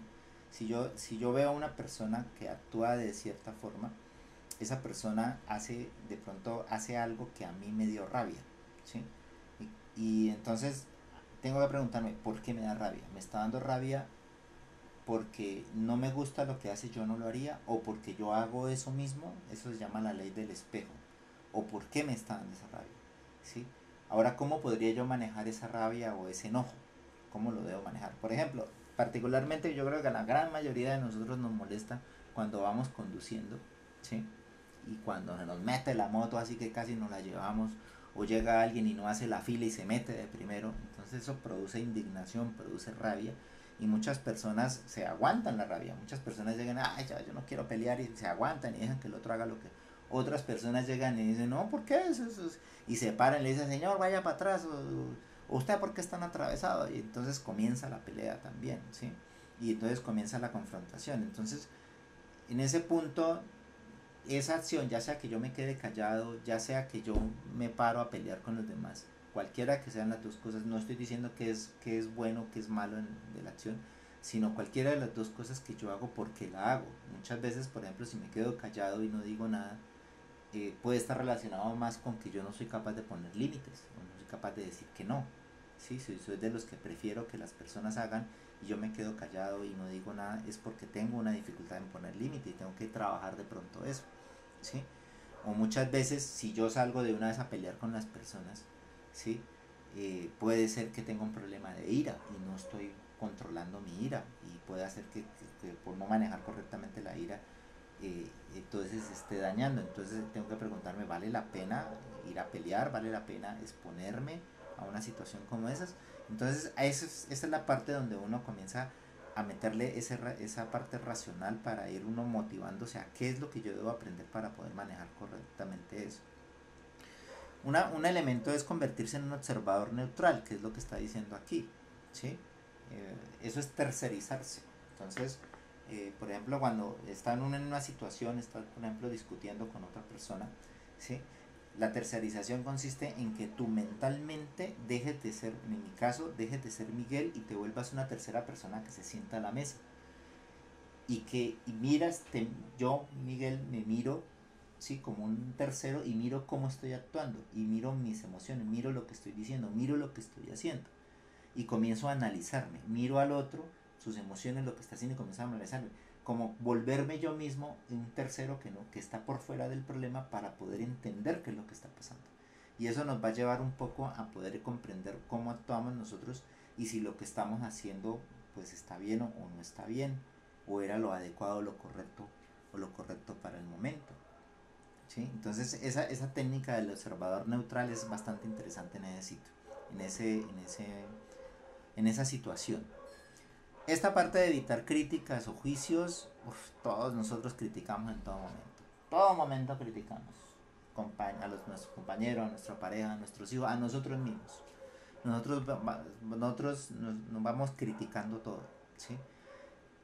Nosotros debemos entender que todos tenemos un proceso evolutivo, todos tenemos un proceso de crecimiento personal, de aprendizaje, y porque una persona esté equivocada, una persona haga ciertas acciones a las cuales tú ya no las haces y entendiste eso, no te hace mejor, ni tampoco ver personas que manejan mejor sus emociones o situaciones y yo no las manejo, entonces el otro es mejor que yo. No, ahí ya cuando yo hago esa diferenciación yo comienzo a juzgarme a mí o a juzgar a los demás. Si yo comprendo que ese proceso de aprendizaje es de todos y en algún momento estuvimos más abajo o más arriba de esa evolución, pues no debemos juzgar y que cada quien tiene su camino. Entonces, esa parte de aprender de la emoción es supremamente importante. Incluso a veces se llevan diarios de emociones. Hay personas que llevan un diario donde sienten una emoción y en el diario van colocando y van escribiendo qué es lo que van sintiendo y luego por la noche lo revisan para mirar y para poder entenderse un poco sobre eso. Finalmente, cuando tú ya has hecho el aprendizaje de la emoción, pasas a soltar la emoción. O sea, si tú ya gestionaste la emoción, ¿para qué vuelves a pensar en eso? ¿Sí? Lo más importante es saber qué es lo que gatilla la emoción, ¿no? Entonces, hay personas que son supremamente delicadas con algo específico, ¿sí? Bueno, porque le digan que es un cobarde, eres un cobarde. Uf, le dicen que es un cobarde y lo gatilló, dejó de pensar. Tengo que demostrarle que es que no soy un cobarde. Por alguna razón de niño con el proceso de que era un cobarde, cuando le dijeron cobarde, entonces él ya generó algo para ya no pensar, sino salir a hacer las cosas y se deja incluso manipular por la gente cuando le dice que es un cobarde. Entonces, cuando tú encuentras los gatillos, lo que hace que te genere eso en el proceso de aprendizaje, pues tú comienzas a colocar elementos que te eviten ese gatillo de la emoción, ¿sí? Como por ejemplo, tienes enojo. Lo más importante cuando uno tiene un enojo, una ira, antes de salir a hablar, antes de salir a golpear o hacer cualquier cosa, lo primero que hay que hacer es respirar. ¿Sí? Porque cuando te da ira, lo primero que tú haces es que te agitas y te hiperventilas. Entonces haces el proceso. Ustedes pueden hacer el proceso ahorita de hiperventilarse. Y se hiperventilan. Y ustedes van a mirar las pulsaciones y van a dar cuenta que las pulsaciones les suben. Y se van a dar cuenta que comienzan a generar, si pudieran tener un medidor, comienzan a generar adrenalina. Y la adrenalina y cortisol comienzan a generar todos esos elementos. Y eso, la sangre comienza a irse hacia las piernas, hacia los brazos. Y eso se le va, oxitocina no hay por ningún lado. O sea, eso produce todos esos elementos. Entonces, buscar la manera de respirar, eso te va a generar y bajar ese gatillo. Ahora, si vuelve la emoción, entonces toca ir otra vez al primer paso. O sea, volvió otra vez la emoción, entonces nos vamos para el paso número 1 nuevamente. Recopilar la información, atenderla, por hacer el proceso de aprendizaje y nuevamente hasta que nosotros podemos empezar a gestionar mejor esa emoción. Es un proceso, nunca es, ya hice un ciclo y ya lo manejé, entonces ya nunca va a poder ver a pasar. No, hay veces que tienes que seguir y tienes que ser amable contigo mismo, ¿no? Otra vez me volví a enojar, otra vez volví a decir palabras que no tenía que decir. Bueno, esta vez lo hice un poquito mejor, ¿sí? Esta vez pude gestionar eso, respiré. Bueno, es un proceso que va generando precisamente que tú vayas mejorando y que cada vez que llegue el gatillo de la emoción tú lo puedes gestionar un poquito mejor, ¿sí? Entonces, esta parte, eh, hay varias herramientas que yo ya les he venido comentando, ¿sí? A mí me gusta una que esta es una herramienta más un poco mental de lo que uno puede hacer, ¿sí? Me gusta esto de los 4 acuerdos, es un libro de don Miguel Ruiz. De por sí él sacó otro libro que dice el quinto acuerdo, que es el del amor. Pero esto me encanta porque es que cuando suceda un conflicto, sobre todo esto es para manejo de conflictos, ¿sí? Cuando sucede algo, y esto nos pasa mucho cuando estamos en reuniones con compañeros, o cuando los estudiantes están hablando con su tutor y se enfadan por algo, o cuando te enfadas con tu compañero o con tu colega, entonces, y el colega de pronto hizo algo, ¿sí? De pronto llegó el colega un día y no te saludó y pasó derecho y se sentó, ¿sí?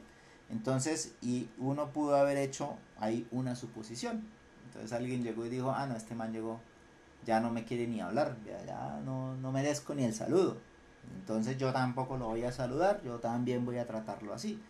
Sí, esto de no hacer suposiciones es que uno llega y dice, o este man dijo esto para dañarme a mí, ¿sí? Entonces, tú tienes que decir, bueno, en vez de lo que yo creo que él hizo por lo que lo hizo, voy a ir a preguntarle. Esto se soluciona de una manera muy sencilla, es ir a preguntarle. Ve, el día este que estábamos allí sentados, tú llegaste y ni me miraste, o te fuiste a otro lado y yo te fui a saludar y ni me miraste. Y el otro pudo haberle dicho, ah, no, hermano, no, qué pena contigo, no te vi, o venía preocupado, o no, es que se me dañaron las gafas y no te reconocí. Así son cosas a veces que son muy sencillas. Entonces, para no hacer suposiciones, hay que hacer las preguntas. Obviamente, no necesariamente hay que preguntar en el momento inmediato, pero sí se puede buscar el momento para uno salir de dudas. Ahora, otro elemento importantísimo que habla aquí es honra tus palabras. Esta parte de honrar las palabras es que hay un dicho, ¿no? Que dice, nosotros somos eh, esclavos de lo que decimos y reyes de lo que callamos. Entonces, la palabra tiene además energía, ¿sí? Lo que sale de tu boca, él es lo que eres tú, ¿sí? Entonces, saber que cuando pensar antes de hablar, no tener, hay personas que tienen conectado lo que piensan con la lengua y no directo y apenas piensan van sacando las cosas. Uno tiene que darse ese tiempo para pensar muy bien. Muchas veces lo que se calla es mucho más importante de lo que dices. Entonces, eso es un proceso de pensamiento que uno tiene que hacer para poder manejar, así vengan acompañadas de una emoción. Luego tienes que gestionar la emoción y después de que gestionen la emoción, si sobre todo es una emoción negativa, gestionarla primero y después sí empezar a hablar, ¿sí? Otro elemento que habla aquí de los cuatro acuerdos es hacer siempre lo mejor que puedas, ¿sí? Hacer lo mejor que puedas es que nosotros hagamos nuestro trabajo bien, que hagamos nuestras tareas bien, ¿sí? Que nuestro servicio, lo que hagamos, lo hagamos de la mejor manera. Eso va a influir mucho en la parte emocional, eso va a influir mucho en que tú completas las cosas, en esa sensación de que estás avanzando, va a influir mucho en el valor del servicio que le das a los demás. Y eso va a redundar en que te va a llegar más valor a ti también, ¿sí? Y este que está muy relacionado con el primero, no tomes nada personal. Porque a la hora de la verdad, todo lo que nos sucede es personal. Ni siquiera la gente que dice que sí es personal. O sea, cuando tú tomas a personal de que es que este es mi enemigo y es que es porque él me quiere matar y que es que no sé qué, no, realmente las emociones son de nosotros. ¿Sí? Nosotros somos los que tenemos que gestionar esa emoción. ¿Sí? No es gestionar al otro, dañar al otro para que yo no vuelva a sentir esa emoción, porque ya no es ese otro, sino otro día va a ser otro. ¿Sí? Entonces no tomarse nada personal. Si alguien en algún momento te trató de una manera no adecuada, te dijo palabras que no debía decirte, entonces no se lo tomen a personal, denle en tiempo y esperen un momento. Y muy posiblemente esa persona después va a llegar y les va a decir, uy, que días la embarré, hermano, qué pena con usted. Bueno, sí. Entonces, esta herramienta me parece chéverísima. Esta es otra herramienta que me parece muy bacana en esta parte de la gestión de emociones, que es la ley del espejo, ¿sí? Entonces, y sí que esa ley del espejo nosotros la tenemos mucho, sobre todo con la pareja, ¿sí? O con las personas que más nos relacionamos, ¿sí? Esta ley del espejo nos permite aprender sobre las emociones porque el mundo exterior siempre actúa como un espejo. Nosotros al final terminamos reflejando lo que hay dentro de nosotros y lo reflejamos sobre las otras personas o sobre lo que pasa, ¿sí? Entonces, en la ley del espejo, por ejemplo, cuando suceda lo que sucede ahí y hay una emoción, ¿sí? Entonces puede suceder que yo tenga irritación o haya algo que me irrite o que me molesta y que yo quiera cambiar al otro, ¿sí? O quiera cambiar al otro, pero lo que yo quiero cambiar posiblemente está dentro de mí, ¿sí? La segunda, todo lo que el otro me critica, me juzga, si me molesta, me hiere, ¿sí?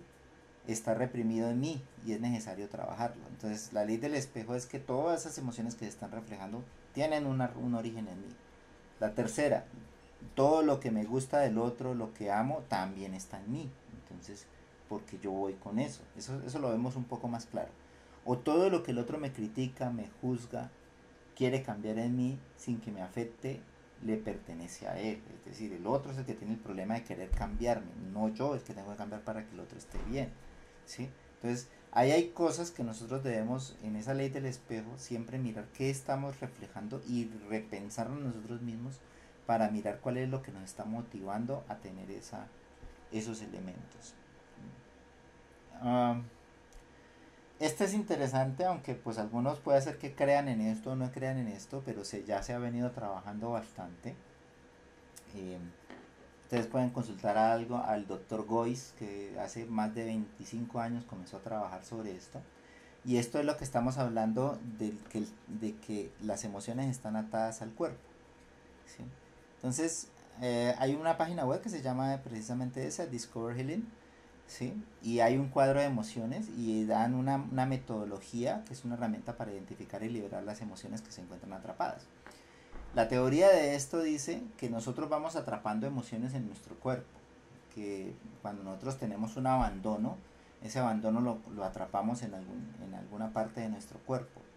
Y ese abandono va generando un problema en esa parte del cuerpo. Entonces, miremos por ejemplo este cuadro de emociones. Mire, aquí dice, uno, lo que tiene que ver con el corazón y con el intestino delgado, si tenemos problemas del corazón, tenemos problemas del intestino delgado, puede deberse a dos posibles cosas según esta tabla. Puede deberse a un abandono, una traición, un desamparo, que se siente perdido o que siente que no está recibiendo amor. O puede deberse a un esfuerzo no recibido, pena en el corazón, inseguridad, ¿sí? Demasiada alegría, vulnerabilidad. Y así sucesivamente, aquí hay una clasificación de lo que puede, de las emociones que están relacionadas con los problemas que nosotros podemos estar generando nosotros también en nuestro cuerpo. Entonces aquí habla que quien ha desarrollado más que todo esto es el doctor Bradley Nelson, eh, cuando él habla de la parte de la sanación energética. Y bueno, ¿y nosotros cómo podemos ubicarnos dentro de esto? Pues hay algo que se llaman las pruebas musculares. Entonces aquí existe una emoción atrapada. ¿Y qué es esto de las pruebas musculares? Esto es hablar con el cuerpo del paciente o con el cuerpo de uno. ¿Y cómo así que hablar con el cuerpo de uno? Esto se refiere a hablar con el subconsciente de la persona, no con la misma persona. Entonces la teoría dice que, que como el cuerpo está íntimamente ligado al subconsciente, tú puedes hacer unas pruebas musculares que te van a permitir que el cuerpo te diga sí o no. Entonces hay diferentes tipos de pruebas musculares. Hay la prueba del balanceo, la prueba del codo, la prueba del anillo. Entonces, por ejemplo, la prueba del balanceo es que tú te paras y te paras con las piernas abiertas y pones los brazos así y cierras los ojos, ¿sí? Y tú comienzas a mantener el equilibrio, ¿cierto? Y luego lo que dices, te haces una pregunta. Entonces la pregunta, primero tienes que, para eso, para que tú puedas, eso es como una habilidad que hay que desarrollar. Entonces lo primero que tienes que hacer es desarrollar la habilidad de que comprendas cómo responde tu cuerpo. Entonces, lo primero que puede hacer uno es comenzar a practicarlo, por ejemplo, pensando en la guerra, en la gente mutilada, la gente, todo lo que está sucediendo en la guerra. Entonces, normalmente, después de unos 3 a 10 segundos, el cuerpo comienza a desestabilizarse hacia atrás, como rechazando ese pensamiento. ¿Sí? Eso significa un no. Ahora, si tú te quedas quieto y comienzas a pensar en el amor, en que estás con tus hijos, en que estás compartiendo, haciendo unas actividades placenteras, entonces tu cuerpo va a tender a irse hacia adelante. Eso significa un sí. Esa es una de las técnicas. ¿Sí? Hay otras que es haciendo presión sobre diferentes partes del cuerpo y significa no y significa sí. Pero hay que empezar a practicarlo. Se puede hacer con uno mismo o se puede hacer con otra persona. Entonces lo que hacen es que comienzan a hacer preguntas. ¿Sí? Comienzan a hacer preguntas, comienzan a decir, hay una emoción atrapada y entonces ya cuando tú has practicado mucho, entonces el cuerpo, tú te esperas y dices, tengo una emoción atrapada, entonces el cuerpo puede irse de pronto hacia adelante, entonces te está diciendo sí. La emoción que está atrapada tiene que ver con el corazón, tiene que ver con el vaso, con el estómago, tiene que ver con el colon, ¿sí? Entonces, eso es lo que uno determina el paso 2, determinar la columna correcta. ¿Sí? Esta emoción está tapada en la columna A, ¿sí? Entonces comienzas a hablar con el cuerpo. Esto parece loco, pero lo manejan y científicamente hay muchos centros a nivel mundial donde lo manejan así. ¿Sí? Y así van determinando en qué columna se encuentra dicha emoción. Después de determinar la fila correcta, ¿sí? ¿Sí? Entonces preguntan que si se encuentra en una fila par o una fila impar, entonces hasta por fin determinar en dónde se encuentra la emoción, ¿sí? En qué cuadro y cuál es la emoción que está atrapada Y ya una vez que se determina dónde está la emoción, ¿sí? Es necesario identificar, hablar un poco más sobre la emoción. Por ejemplo, digamos que estamos hablando de que se siente sin recibir amor, ¿sí? Llegó aquí a esta parte de amor sin recibir, el columna A, y que tiene que ver con corazón y el intestino delgado. Entonces luego, desde cuándo ocurrió? ¿Ocurrió cuando era niño? ¿Ocurrió? Entonces va a decir sí o va a decir no. Ah, bueno, cuando era niño. ¿Ocurrió con tu mamá? Ah, sí, fue con mi mamá. Entonces estamos acercándonos a un abandono de madre, ¿sí? Y después localizar la parte del cuerpo. ¿Tiene que ver con el corazón? Sí, tiene que ver con el corazón. Entonces ahí digamos que vas encontrando, identificando esa emoción atrapada, y luego empieza el proceso de liberar esa emoción atrapada, ¿sí? Ellos lo hacen con biomagnetismo o con las técnicas que yo ya les he comentado. Entonces, por ejemplo, ellos colocan, ahí dice, liberar la emoción atrapada deslizando la mano o un imán por la espalda o por encima de la cabeza donde deba estar la emoción, ¿sí? Y con biomagnetismo nosotros podemos comenzar a liberar esas emociones. Como les dije, es una técnica un poco disruptiva para lo que nosotros hemos estado escuchando comúnmente, pero existe esa técnica y se maneja, o sea, esa técnica como tal se maneja así. Bueno, ya de este brochure, entonces, miremos cuáles son las emociones que están relacionadas con el proceso de investigación científica. Entonces, la mayoría de las emociones que nosotros tenemos relacionadas al proceso de investigación científica son las más importantes, son estas. La curiosidad. ¿Sí? Nosotros debemos cultivar esa curiosidad, precisamente eso nos lleva a la pregunta ¿por qué? ¿Sí? ¿Por qué sucede esto? ¿Sí? Entonces, cuando nosotros vemos un problema y decimos ¿por qué? ¿Por qué sucede eso? ¿Por qué las personas más altas, por decir algo, puede ser que no sea cierto, ¿por qué las personas más altas eh, se, son más seguras? ¿Sí? Eso es curiosidad. ¿Sí? Entusiasmo. Ese entusiasmo es cuando hacemos avances significativos, o sea, cuando tú comienzas a avanzar en tu investigación y comienzas a aportar a tu hipótesis y comienzas a darte cuenta que estás proponiendo algo novedoso que puede impactar y que puede generar muchos aplicativos, entonces te llenas de entusiasmo. Entonces, esa es otra emoción que deberíamos buscar cultivar. La satisfacción, cuando logramos alcanzar los objetivos, cuando logramos la meta, eso tiene que ver mucho precisamente con la gestión del tiempo, gestión de tareas, gestión de la energía. Sentirnos inspirados, ¿sí? Entonces esa inspiración viene a partir de todo, de conectar puntos. Esto lo utilizaba mucho el que fue el director de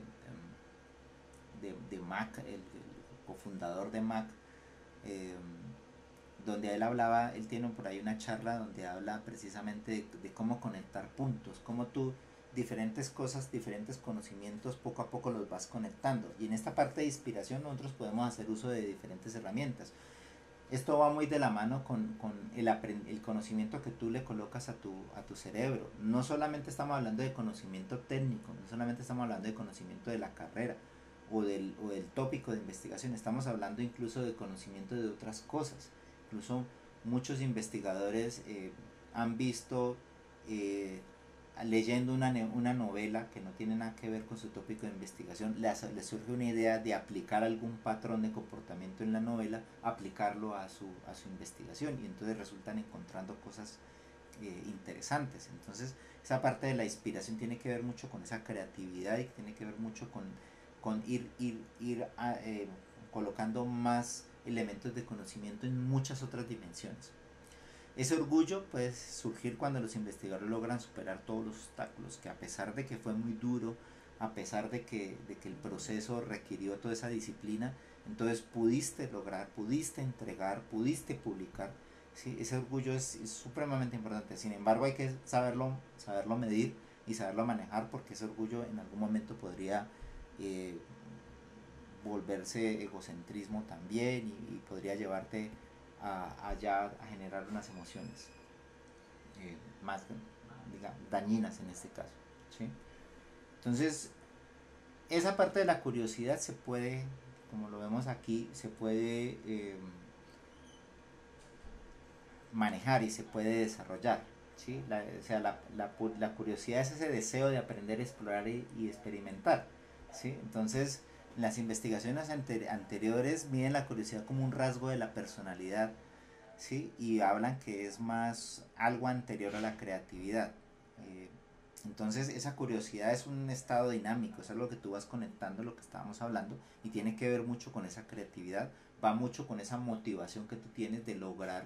Por eso esto conecta mucho con las primeras diapositivas que hablaban de cuál es tu propósito de vida, cuáles son tus valores. Entonces cuando tú tienes esa motivación a poder dar ese servicio, ese valor a las personas, pues te aumenta más esa parte de creatividad para poder dar esas soluciones. Bueno, aquí hay otro elemento de cómo manejar la parte del entusiasmo, ser apasionado, es decir, hacer las cosas. Y obviamente en investigación muchas veces hay cosas que sí nos apasionan hacer, pero hay cosas de pronto que no nos apasionan tanto, ¿cierto? Eh, pero a veces toca hacer las dos tareas. Sin embargo, tratar de hacer lo mejor posible independientemente de la tarea que estamos haciendo nos va a permitir lograr precisamente llegar a esas metas. Tener ese entusiasmo de saber que una vez que tú termines de hacer, por ejemplo, esa RCL te va a dar los elementos que necesitas para poder encontrar la solución. Posiblemente no te gusta hacer la RCL, pero lo tienes que hacer todos los pasos. Entonces es un proceso disciplinado que vas a tener que hacer y trabajar, pero una vez que tú hagas eso, vas a poder utilizar todos los elementos para avanzar mucho más y vas a tener mayor entusiasmo a lograr las cosas. Entonces, obviamente el entusiasmo está muy relacionado a la energía, está muy relacionado a los hábitos que nosotros ya habíamos hablado anteriormente, actuar más en positivo, dormir más, utilizar más la creatividad. Obviamente nosotros tenemos emociones negativas y hay unas emociones negativas muy particulares que a nosotros en investigación nos pasa. La primera de ellas, la frustración, ¿sí? Y es muy común y hemos tenido, pues yo he hablado con algunos de los colegas que están dirigiendo estudiantes de doctorado y el doctorado, como yo se los mencionaba un poco la última vez, les decía, ustedes tienen que tomarlo como el camino del héroe. El doctorado, pues uno se lo imagina como que, ay, voy a estudiar y entonces voy a hacer el documento, voy a publicar y entonces luego ya uno se imagina con el cartón, pero es que eso es como la imaginación del camino de que todo le sale bien, ¿sí? No, realmente en este proceso nosotros debemos tener en cuenta que ese camino no es lineal, ese camino es el camino del héroe, el camino del héroe es que van a haber unos sentimientos, unas emociones de ansiedad, unas emociones de frustración, de desesperanza en algún momento, que no sabemos qué es lo que queremos hacer, cómo lo debemos hacer, y por eso es que nosotros tenemos allí un mentor, un tutor, ¿sí? Que es el que tiene un poco más de experiencia y ya ha caminado ese camino y de alguna manera puede orientarte a que tú vayas encontrando poco a poco el elemento que vas a trabajar o vas a estudiar y salir de esa emoción. En ese camino del héroe, si tú eres consciente de que esas emociones van a llegar, no quiere decir que tú eres malo o que no eres capaz, quiere decir que hace parte del proceso, quiere decir que eso es lo que estás viviendo y que en algún momento vas a ir adquiriendo las habilidades si haces lo que debes hacer y hacerlo correctamente y con disciplina. En algún momento vas a empezar a adquirir las habilidades y vas a obtener las metas y vas a ir obteniendo los elementos que necesitas para pasar a las emociones anteriores, a las emociones de satisfacción, del cumplimiento de logros, de curiosidad, bueno, todos estos elementos, ¿sí? Esta frustración es la más común, ¿sí? Donde tenemos ciertos contratiempos, el modelo no me está dando lo que me tenía que dar, no estoy logrando aportar, entonces ya me estoy estresando. No, esos elementos, eso es normal, ¿sí? Cuando no se producen esos resultados esperados, pues tenemos que calmarnos, bajar ese estrés, esa ansiedad y empezar a buscar otras opciones. La ansiedad puede surgir después de los resultados en conferencia o publicar artículos. Los investigadores a menudo se preocupan por la recepción de su trabajo en la parte de la comunidad científica y ese impacto que pueda tener, ¿sí? La ansiedad está muy relacionada con pensar en el futuro, está muy relacionada con que tú, ay, ¿será que eso sí va a tener el impacto que es? ¿Será que cuando yo vaya a presentar, hacer mi sustentación, entonces me van a hacer preguntas y me van a dañar? Entonces, y sobre todo con un futuro que normalmente es un futuro que uno no lo mira tan bonito. Entonces uno comienza a sufrir por algo que no ha pasado, ¿sí? Entonces muchas veces la ansiedad es estar en ese futuro. La desesperanza, entonces podemos experimentar esos sentimientos cuando enfrentamos problemas que son muy difíciles, que has trabajado por diferentes eh, opciones, estrategias y no es posible resolver o no encuentra resultados concluyentes. Bueno, hay que saber y ahí hay que ir un poco a la experiencia de los tutores y a la experiencia de la gente experta hasta qué punto tú debes seguir insistiendo. Porque precisamente por eso es que hay algo que dice en las hipótesis de investigación, la hipótesis nula, que les aconsejo a todos que la tengan en cuenta siempre, que es la hipótesis que dice que lo que ustedes pensaron con lo que iban a resolver el problema no lo pueden resolver. Entonces, todos esos experimentos fallidos, esos resultados bajos van a apoyar en la hipótesis nula y con eso ustedes están haciendo también un aporte. O sea, la investigación en ese sentido, un poco, si nosotros sabemos manejar bien la orientación de la hipótesis, pues no deberíamos entrar en esa etapa de desesperanza si sabemos manejar correctamente esos elementos. Bueno, aquí ya profundiza un poquito más sobre cada una de estas emociones. Entonces, aquí habla sobre cómo gestionar precisamente la frustración. Entonces, ¿qué me llevó a esta emoción? Aquí hay unos videos, pero obviamente no los voy a colocar, ¿sí? Pero hay unos elementos que nos pueden servir para poder trabajar cuando nos sintamos nosotros frustrados. Hay un elemento precisamente que se llama la introspección, ¿sí? Es un poco lo que habíamos visto de los pasos, de los 4 pasos para gestionar las emociones. ¿Qué me llevó a esta emoción? Hacer una mirada de mi mundo interno, entender la emoción, ¿sí? Ojo con el positivismo extremo, o sea, no es ser positivo por ser positivo, sino es tener conciencia de por qué tú debes tomar una actitud positiva. Se deben trabajar y seguir las diferentes técnicas que nos permita llevar a manejar ese sentimiento. Y hay otro elemento bastante fuerte hoy en día que se llama el overthinking, o sea, el sobrepensar. Cuando uno tiende a sobrepensar, se puede paralizar por sobrepensamiento. Entonces, cuando tú te comienzas a que todas las situaciones que van sucediendo, tú comienzas, ay, no me salió la beca, ay, no, no me dieron el permiso de no sé qué, ay, el tutor se me puso bravo, ay, no sé qué. Entonces tú comienzas a sobrepensar y comienzas a pensar y pensar y pensar y pensar. Entonces, cuando llega el sobrepensamiento, eso te puede llegar a una parálisis. Entonces, también es importante saber cuándo el racionalismo extremo puede llevarte de pronto a que te paralices y no ejecutes y no actúes, ¿sí? Bueno, aquí no vamos a mirar eso. Eh, Hay efectos negativos de la introspección. Podría haber unos impactos negativos, ¿sí? Sobre todo esa parte del sobrepensar. Aquí hay un video que habla un poquitico más al respecto de eso. Bueno, ustedes lo pueden ver después con más tiempo, ¿sí?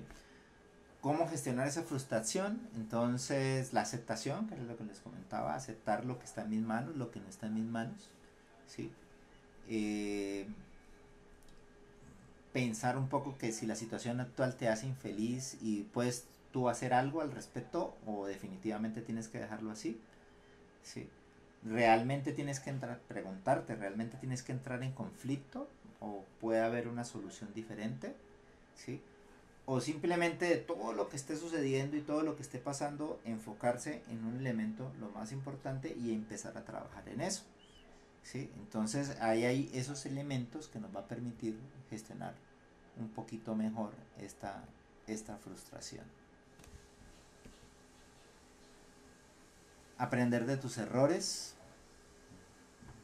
dar un paso atrás, esto ya es algo de las técnicas que yo les había hablado, dar un paso atrás, respirar, tranquilizarse antes de que la emoción te capture, ¿sí?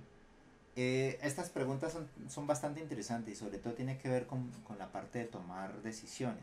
¿Lo que estoy haciendo me daña a mí, a otros o a las cosas a mi cuidado?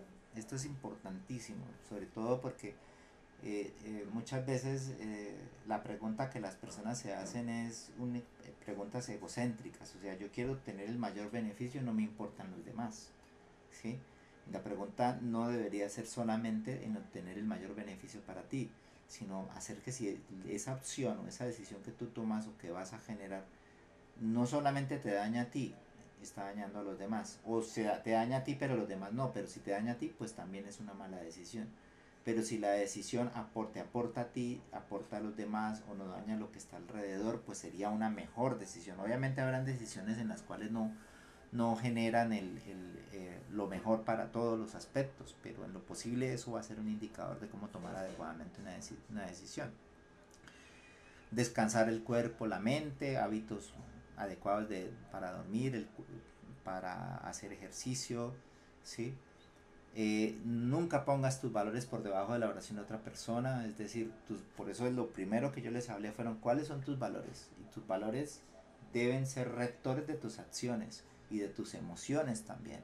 Entonces, si un valor principal para ti es el respeto, nunca dejes que otra persona te pase por encima de ese valor. O sea, ahora no es coger y atacar a la persona, no, es simplemente no voy con eso, me retiro de esto, o utilizas una de las técnicas y haces caso más a tus valores, ¿sí? El momento presente es supremamente importante. Si estás pensando en el pasado, comienzas con la no aceptación de lo que sucedió, comienzas a vivir con frustración por lo pasado. Si piensas en el futuro, te va a dar ansiedad. Lo mejor es, lo pasado ya pasó, el futuro lo estamos haciendo en este momento, hay que estar en el momento presente. No quiere decir no hacer planes, nosotros hacemos los planes, pero lo que estamos nosotros haciendo en este momento es lo que importa y es lo que va a reflejar después el estado futuro de lo que vamos a obtener, ¿sí? Esto también tiene que ver con la flexibilidad de las metas. Muchas veces hay personas que se ponen unas metas demasiado altas. Entonces nosotros, acordémonos que yo les hablaba un poco de que cuando definamos las metas, los objetivos los definimos a corto, mediano y largo plazo. Un doctorado, una maestría es una meta que está más a mediano plazo, pero se puede subdividir en metas pequeñas. Entonces hay que ser flexible con esas metas, ir manejando adecuadamente hasta qué punto vas a llevar o qué vas a sacar, de acuerdo a los recursos que tú tengas. Entonces eso es otro elemento importante para manejar la frustración. Reconocer los límites es importante también, saber cuáles son mis capacidades, cuáles no, cuándo necesito pedir ayuda, ¿sí? Aprender a decir que no también, sin sentirse culpable. Muchos de nosotros decimos no a un amigo que le está pidiendo un favor y muchas veces uno dice no porque no puede o porque en ese momento no sientes que sea lo más correcto y el amigo se enoja contigo o deja de hablarte, pues entonces no es tu amigo, simplemente no está entendiendo la situación, ¿sí? No hay que temer a pedir ayuda, ¿sí? Incluso hablan de que hay un arte de pedir ayuda, cómo pedir ayuda y saber pedir la ayuda. Entonces, nosotros a veces pensamos que somos capaces de resolver absolutamente todo en la vida y que nosotros estudiando o con la capacidad que nosotros tenemos podemos resolver todo y muchas veces no somos capaces y eso nos puede llevar a la frustración también. Lo más importante es la acción y la acción siempre es cuando te suceda algo, límpiate el polvo, levántate y sigue adelante, ¿sí? Hay que seguir siempre adelante, obviamente, pero con un plan, ¿no?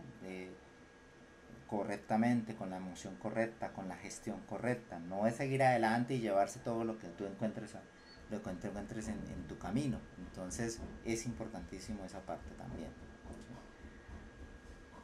Aquí en la investigación científica las expectativas deben ser realistas, debemos enfocarlos más que todo en el proceso, más que en los resultados. El proceso nos va a llevar precisamente a los resultados.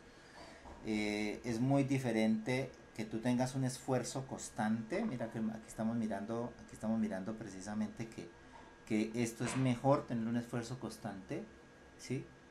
Que hacer un esfuerzo en un momento específico. Lo mejor es un esfuerzo de todos los días y eso se traduce en hábitos. puedo ser muy intenso en trabajar mucho sobre mi proyecto y después bajo la intensidad porque me dedico a otras cosas. Esto es mejor la consistencia es muchísimo mejor que momentos de intensidad. Y mantener una mentalidad abierta, o sea, por ejemplo, miremos este que se está, ¿cómo sale él de ese aprieto? Si está colgado, a que se lo van a comer los... ¿Cuál es la solución? Se lo van a comer los cocodrilos, el león está esperando, la serpiente ya se está acercando. Entonces eso implica que nosotros tenemos que tener una mentalidad abierta, estar dispuesto a que en algún momento nos vamos a encontrar en esa situación, ¿sí? Pero mantener una actitud positiva y constructiva muy seguramente va a ayudar a que tú de pronto puedas o consigas cuál es la solución o puedas salir de eso, ¿sí? Buscar retroalimentación y colaboración, eso siempre hay que hacerlo con los colegas, mentores, expertos. Importantísimo, una habilidad importantísima en investigación es la resiliencia. Desarrollar la resiliencia emocional es la capacidad que tú tienes para precisamente eh, enfrentar esos obstáculos y continuar y pararte ante una situación, una situación negativa. Entonces la resiliencia se va trabajando. Diversificar las estrategias de investigación. Si tú ves que no están produciendo resultados las estrategias, los hábitos que estás generando, posiblemente es hora de cambiar de estrategias o hay que buscar otras estrategias que sí te funcionen. Tomarse tiempo para desconectar, no todo el tiempo, no es que me voy a meter 4 o 5 meses a trabajar y ahí voy a sacar todo el doctorado, todo lo que no hice en un año, ¿sí? A veces cometemos ese error. Nosotros tenemos que precisamente tener tiempos de desconexión. Muchas veces en esos tiempos de desconexión encontramos respuestas a las cosas que estamos pensando en nuestra investigación. A algunos de nosotros nos ha pasado así, que estamos de vacaciones o cualquier cosa, pero nuestro subconsciente, perdón, sigue trabajando y de pronto te da la respuesta y ese tiempo relajante puede dar esa respuesta, ¿sí? Celebrar los éxitos pequeños, por pequeños que sean, ¿sí? Miremos esta grafiquita que es interesante, mire que esta dice, nosotros cómo creemos que deberían ser el logro de las metas, aquí lo tenemos nosotros, pero como en la realidad hay cosas que salen bien, hay cosas que salen mal, obviamente con sus emociones relacionadas, pero lo importante es que en el promedio tú vayas viendo que te vas acercando a esa meta, ¿no? Entonces, cualquier éxito, por pequeño que sea, tienes que celebrarlo, tienes que alzar los brazos, tienes que decir estoy bien, ok, cualquier cosa hay que celebrarlo, ¿sí? Hay gente que es muy dura, le va muy bien y dice, no, lo hubiera podido haber hecho mejor, ¿sí? Bueno, esto es supremamente largo y yo creo que aquí ya estamos terminando acá. No alcanzo a, a hablar sobre todo estas otras partes. Eh, Hay algo importante que pueden ustedes trabajar sobre Ikigai. El Ikigai es el propósito de vida, está relacionado con lo que te apasiona, está relacionado con la vocación, tu profesión y la misión. Cuando tú combinas todos esos elementos vas a encontrar tu propósito de vida y no hay nada mejor que trabajar en tu propósito de vida. Eh, y eso te va a dar mucha satisfacción y hay gente que cuando encuentra su Ikigai dice, no, yo no trabajo, yo disfruto y me pagan más encima, ¿sí? Aquí ya es como manejar la parte de la desesperanza, esto ya lo hemos visto, y aquí hay otros recursos para poder trabajar esos elementos. Bueno, yo espero aquí, yo termino esta parte de la presentación de gestión de emociones también. No sé si hay de pronto algunos de los colegas que quieran hacer de pronto alguna comentario, de pronto alguna pregunta o algo. Tenemos unos minuticos antes de que termine el tiempo que teníamos para esto y espero haberles podido incentivar y haberlos podido motivar para que pues ustedes vuelquen una mirada hacia esta parte que es supremamente importante para nosotros.